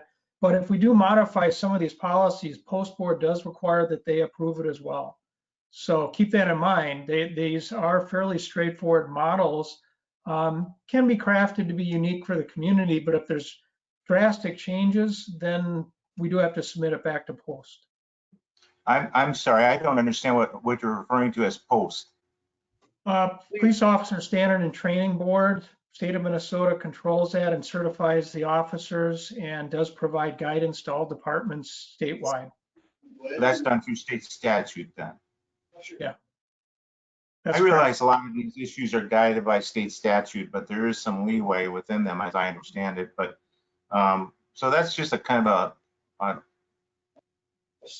I think there's value in somebody looking it over besides the person creating the policy, and whether that's Scott or us or somebody else. But I think in this day and age, we have to be mindful of inequities that are created without any intent. whether we're New Prague or anyone else. I mean, the banking system has a more thorough process, it seems, than we do. But So Jim, once you write a policy, does Post have to sign off on it? That's why we submit the required policies anyways to them. And Okay. I think they're up to 4 or 13 now. That they receive those to make sure all the elements from their model policies are covered in there. At this time, Lexipol also does that. And that's why we contracted with them, because they, again, they're always up to date. And they can push out a policy to us now that we're part of them. That policy will come out and we log into it and take a look at it. And we may change some of that again to fit New Prague or how our department is set up. Because we don't have captains and different command staff. So we would organize that so it fits our department, but the actual meat of that policy is going to be there and in place. And I agree, Bruce, that biased behavior can come out in anything, but as a policy is written, does not create that bias generally. it can, certainly can. Well, Policy it can create inequities. It can if That's my opinion. If you go beyond anything, huh? And that's what regulators have told me for many years. But my point would be that doesn't create bias if everybody is treated the same within that policy. No, it does, because as an example, in the banking, that's called redlining. There's banks that have financed homes for years with no racial motivations or anything, but they take a look at where all those loans went, and then they create neighborhoods where there's no lending, which is called redlining. So just the policy that itself created an inequity, a racial racial outcome that was not intended. And you wouldn't see it on the surface of their loan policy. But that's just one, there's a lot of examples of those kind of things that can happen by the creation of a policy that doesn't even say anything about race. And it's a difficult issue, but just the way maybe we have, I don't know, we may have a procedure of how our protocol for stopping a vehicle. And there's nothing racial in it, but we find out that 100 or 10 people out of 30 are minorities. Well, we don't have that kind of a percentage in New Prague, so the policy itself created a inequity that shouldn't have happened. And those are the things I don't know about, and I don't know if we're monitoring that, but those are the issues that people are talking about now, where there's a disproportionate percentage of minorities being affected by policies. And that's what we may be clean as a whistle, but I just don't know. I just don't know that. But. Yeah, to Bruce, to your point, my office and I have reviewed policies in other departments to look at things like that. The League of Cities does, as well as our insurer, from a loss control perspective. So we have had that over the years as well. I have looked at policies. It hasn't been recently, but it was some time ago. Again, the majority of them are fairly standard, but that doesn't mean they can't be problematic. I understand exactly what you're saying, that the state doesn't always get it right as well. So we can do any of those things. It's up to you how you want to do. But obviously, your first point would be is how do you want to respond to this person? And I do have one community that was preparing something general just in case these types of questions came up. Everybody's kind of doing it on an ad hoc basis. I'm not sure you want to present something on, you certainly can deal with this individual directly, And if it becomes a bigger issue, the council can then take the step and have staff between Jim, Mike, and I, and whoever else needs to prepare something directly for that. I'm not sure you're to that point yet, but that's one suggestion. So how would you recommend that I, communicate to this person? Well, it may be that, I think the easiest thing to do is have that person talk to either Mike or Jim or both, in all honesty. Okay. Because I'm not sure this is a good thing to answer in an email. It sometimes is nice to have that bright line, but the reality is the questions that are being asked are not easy to answer. It's a lot easier for Jim to explain, this is what we've done, this is where we are, this is how we try to update and keep current on all these things. And honestly, in the current light of day, we are probably going to look further at this, and Jim and Mike can say that. Okay. That may be the better way. So I will direct her to Jim. Okay. Is that fair for everyone? Yes, it I is. think- This is I like that too. I think some of Scott's comments are things that I didn't know either, that this post reviews it or insurance reviews it.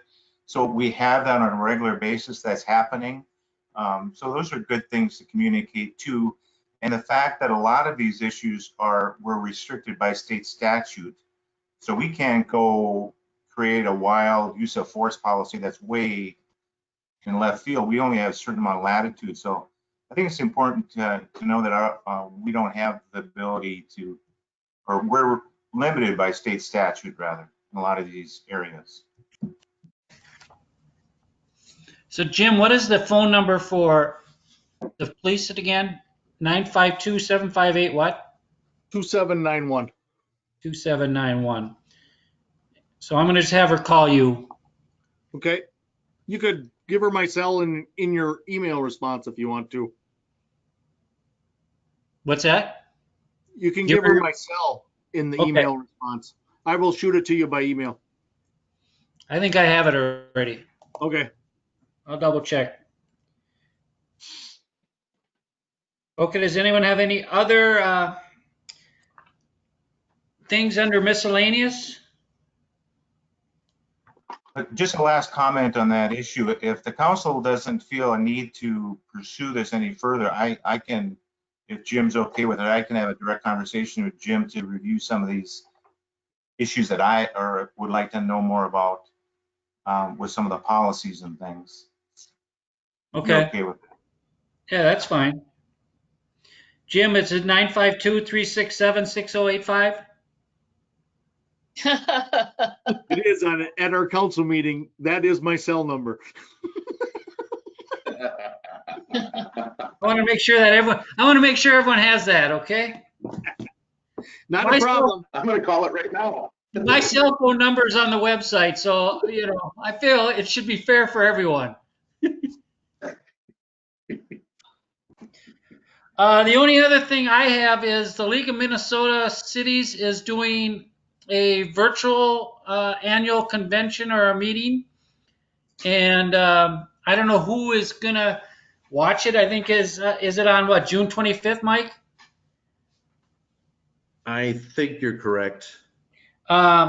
So we do have a voting power, and I'm just wondering, Mike is going to be watching it. I'm just wondering if the council is okay if we give Mike the authority, and we can do it in a motion to give him the authority to vote on behalf of the city.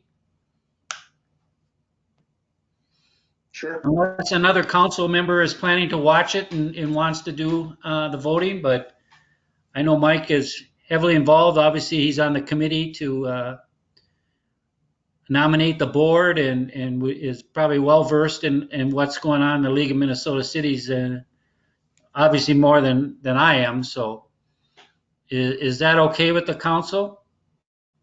This is Maggie. It's fine Yes. with me. Okay with me. Okay, Rick, is that okay with you? Okay, well, I'm going to make a motion that Mike will have the authority to vote on behalf of the city of New Prague during the League of Minnesota City Conference, annual conference, any election that is required. This is Rick, I'll second. Okay, I got a motion and a second. by myself, second by Rick. So let's do a roll call. Rick, Aye. Maggie, Aye. Bruce, Aye. Sean, Aye. and Chuck says aye. So Mike, you are past 5-0. You've got a lot of more responsibility besides that committee now. All right, thank you. Does anyone have anything else they would like to, besides, I can reiterate Jim's cell phone number if you guys want it. I didn't quite get it the first time. Can you give me? I have his other cell phone number too. You want that one too? I have a couple quick questions. Okay. The next meeting, are we gonna, and this will piggyback on the employee schedules too, what, is it still just the two departments that are split shifting? And if that's the case, I know you were saying you're trying by July 1 to hopefully be back to the regular schedules. And then our next council meeting, I'd like to take a vote and see if we couldn't hold it in the council chambers. We don't all have to need to sit on the dais, but at least but we can still social distance and sit in the council chambers face to face. But the challenge in that, and we're in that debate right now as to what to recommend and how quickly we change that, is that it's not just the council, but it's also accommodating any of the public that's going to step in as well, and trying to anticipate that and maintaining the separation and the sanitizing, as well as all of that. And I'm not certain Ken's been able to answer the question for me, whether we can do a combination of both recording the meeting and holding it electronically at the same time, that where all of you are sitting in individual rooms in front of a computer. That won't be the case if we return to that. And so we're trying to figure out how we handle, it almost has to go one way or the other. And so then we start, obviously, in inviting and opening back up to the public is the exposure that comes from that process, and whether people are choosing to wear masks or not, and how we record that and how we solicit public input into that process. So that's what we've been debating and wrestling with and trying to figure out what that solution is, because if and when we start to make that change, do we make it with boards and commissions as well? Obviously, the conference room does not bode very well for larger groups, and so we're going to have to relocate a number of the different meeting sites, obviously up into the council chambers, to even attempt to get separation in the board or commission or the council, as well as anybody from the public. And so there are more factors that go into that other than simply taking an action, well, let's go back to the council chambers.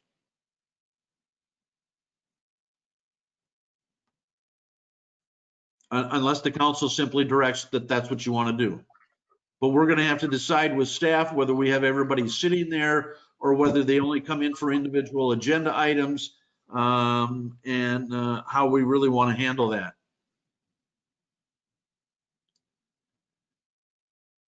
So I'd like to hold it back in council chambers, but I think we need to work out all the logistics first before we make that decision. But that's just my opinion. I mean, Well, I agree that there are a lot of factors that come into play. If it were just, the handful of us that are on this meeting, that would be maybe easier to handle. But if you have a hot topic that a lot of public are going to attend, then that becomes problematic.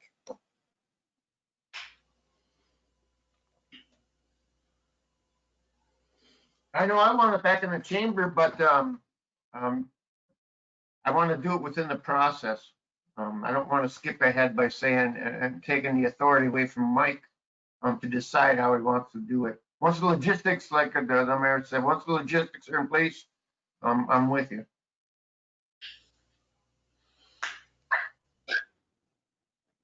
So we're just gonna wait it out, or?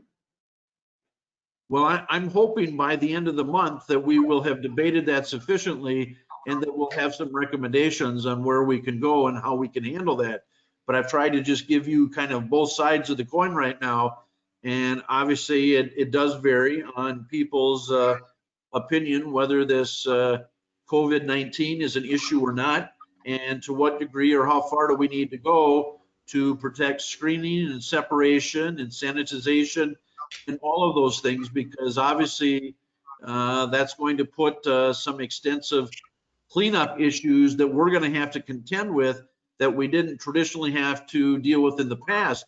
That's going to require complete cleaning of chairs and tabletops and tables and the council dais and other things, which means we've got to find additional maintenance cleaning capabilities that we probably haven't had to do to the extent that we will now as part of this if we return. The legal bills will go up because Scott will have to drive down to New Prague. Yeah, that's true. Yeah, okay. So at times, while it sounds simple on the surface, there are many other facets that come with that. And we're trying to work through the pros and cons and how do we address it, that and what do we require of staff, and how do we handle the public. When you take a look at what that separation in there is going to have to be, with 6 feet in front and 6 feet behind every single chair, you've reduced the capacity of that chamber that sits out in front of you to a very small number.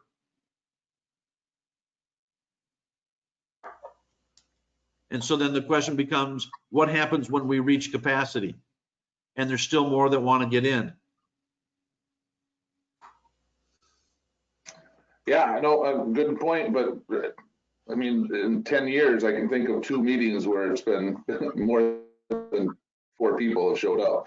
But There's no question that on the average or on the norm, we probably won't have many issues, but it's getting to the one where we do have a lot of people. How do we handle that? And I don't know that we have a good answer today. I just think the individuals make those choices every day that they go to Coburn's and walk down the same alley with, or same aisle with, or stand at the meat counter with somebody right next to them. One wearing a mask, one not wearing a mask. I mean, it just seems hypocritical. And who says we need to disinfect every chair after we sit in it? Just as the doctors tell you, you will wash your hands frequently and keep them out of your mouth and your nose and away from your face.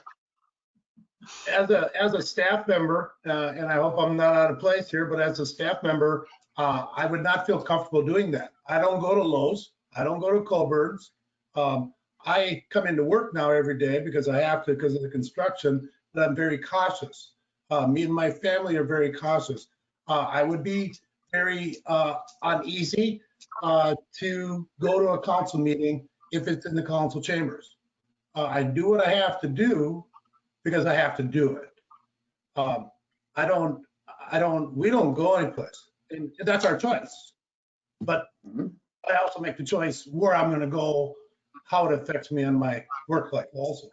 So I would not feel comfortable opening myself up to that at a council meeting. I have to do it during the day because there's construction going on. There's nothing I can do about it. So as a staff member, that would be my opinion. That would make me really nervous. We have canceled plans because we're just not doing it. We're not comfortable doing it. That's our choice. I realize that. I don't look down on anybody that makes a choice to go to the bar, to do whatever. I'm not doing it. That's right. I'm not comfortable doing it.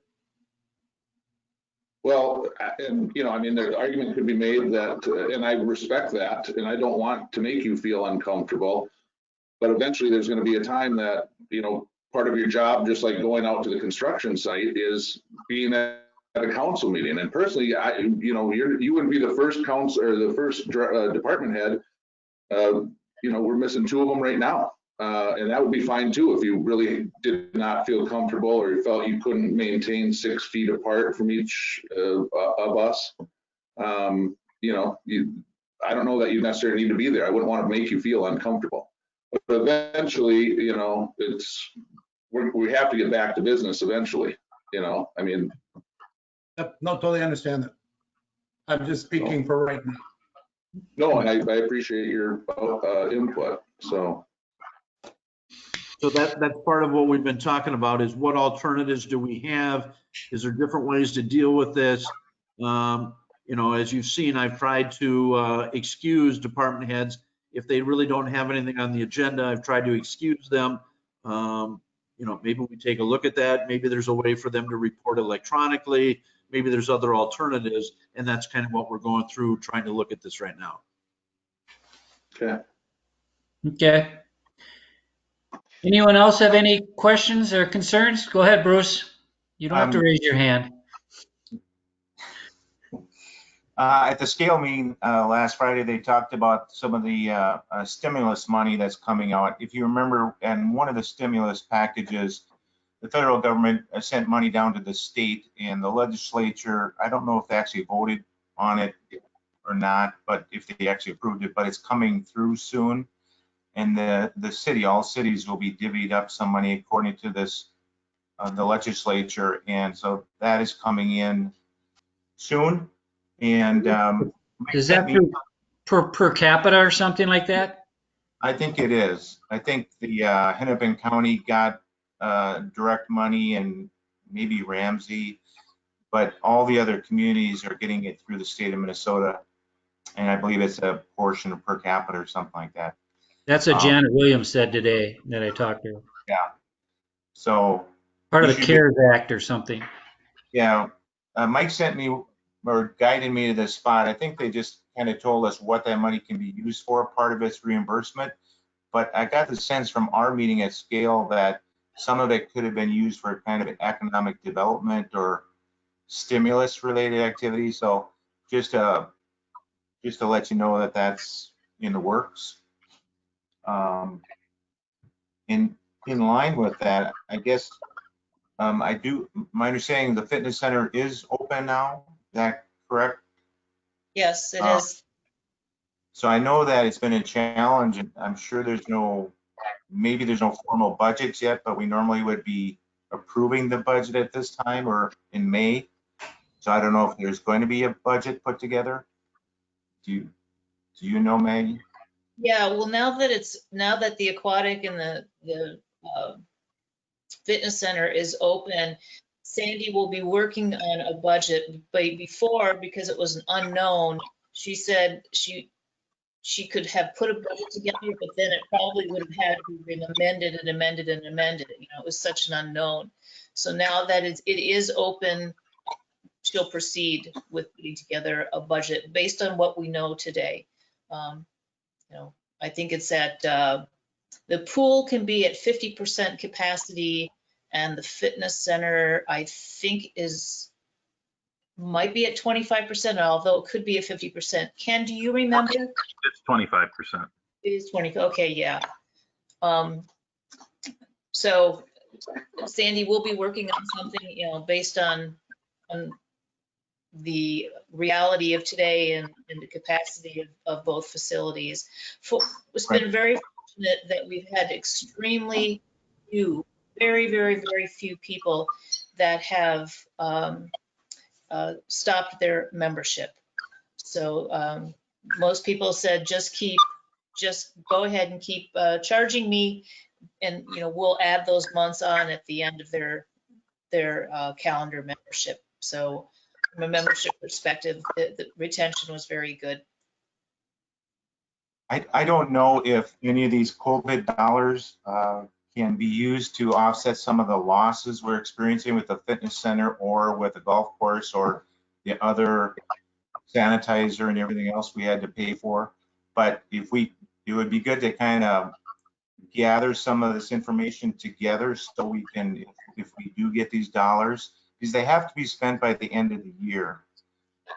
So if there's calendar year, we can get reimbursed through for fitness center, that the city of New Prague is obligated for. It'd be nice to be able to put those things together. Okay, so I'll ask Sandy if she can somehow extract out of her numbers what amount has been used specifically for addressing the COVID. So At least maybe to think about it would be my suggestion, but I haven't looked at the details, and maybe if we maybe fully understand how we can use the money before you get into a lot of work. So we're not Okay. asking for a lot of work. uh-huh. But I think Mike said that just came out in the league bulletin, didn't it, today? Just today. So yeah, Okay.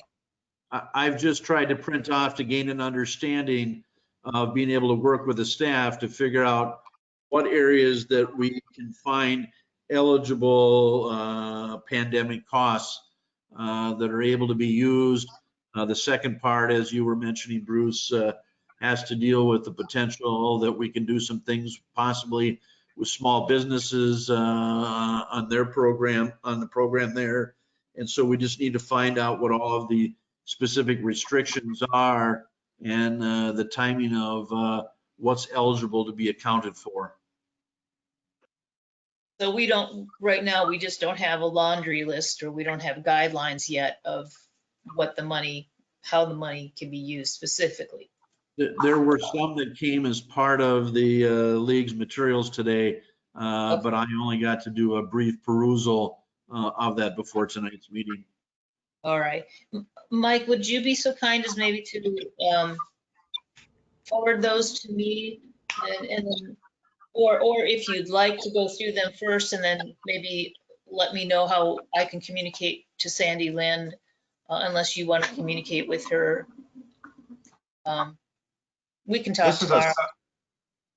This is a subtlety, but I think that this money is just to the city, so it can't be used to benefit the school unless we would be using it in a stimulus fashion, maybe, is how my interpretation. But I'm just throwing it out here just because it's there, it's new, and we talked about it at the scale meeting. So I don't want to, I'm just kind of just reporting it, really.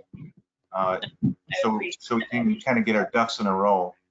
Yeah, well, and as you know, there is just one budget for the facility, and then, you know, if there's a shortfall, which there usually is, then the city and the school is 50% equally responsible for that amount. But we still would need to want to try to extract out from the city's portion what possibly could be reimbursed through the stimulus. It's just a thought, and we might review the materials and find out that it can't be used in any way for the fitness center. So this is very preliminary. Okay, thank you. Thinking out loud. Okay. Anything else? Nope. Okay, if not, I guess I'll make a motion to adjourn. Second by Rick Seiler. If there's no other comments or questions, all in favor say aye. Aye. Aye. Any opposition? We're out of here. Thank you, everyone. Take care. Thank you. I win. I beat you to the punch. Oh, there you go. All right, we'll see you.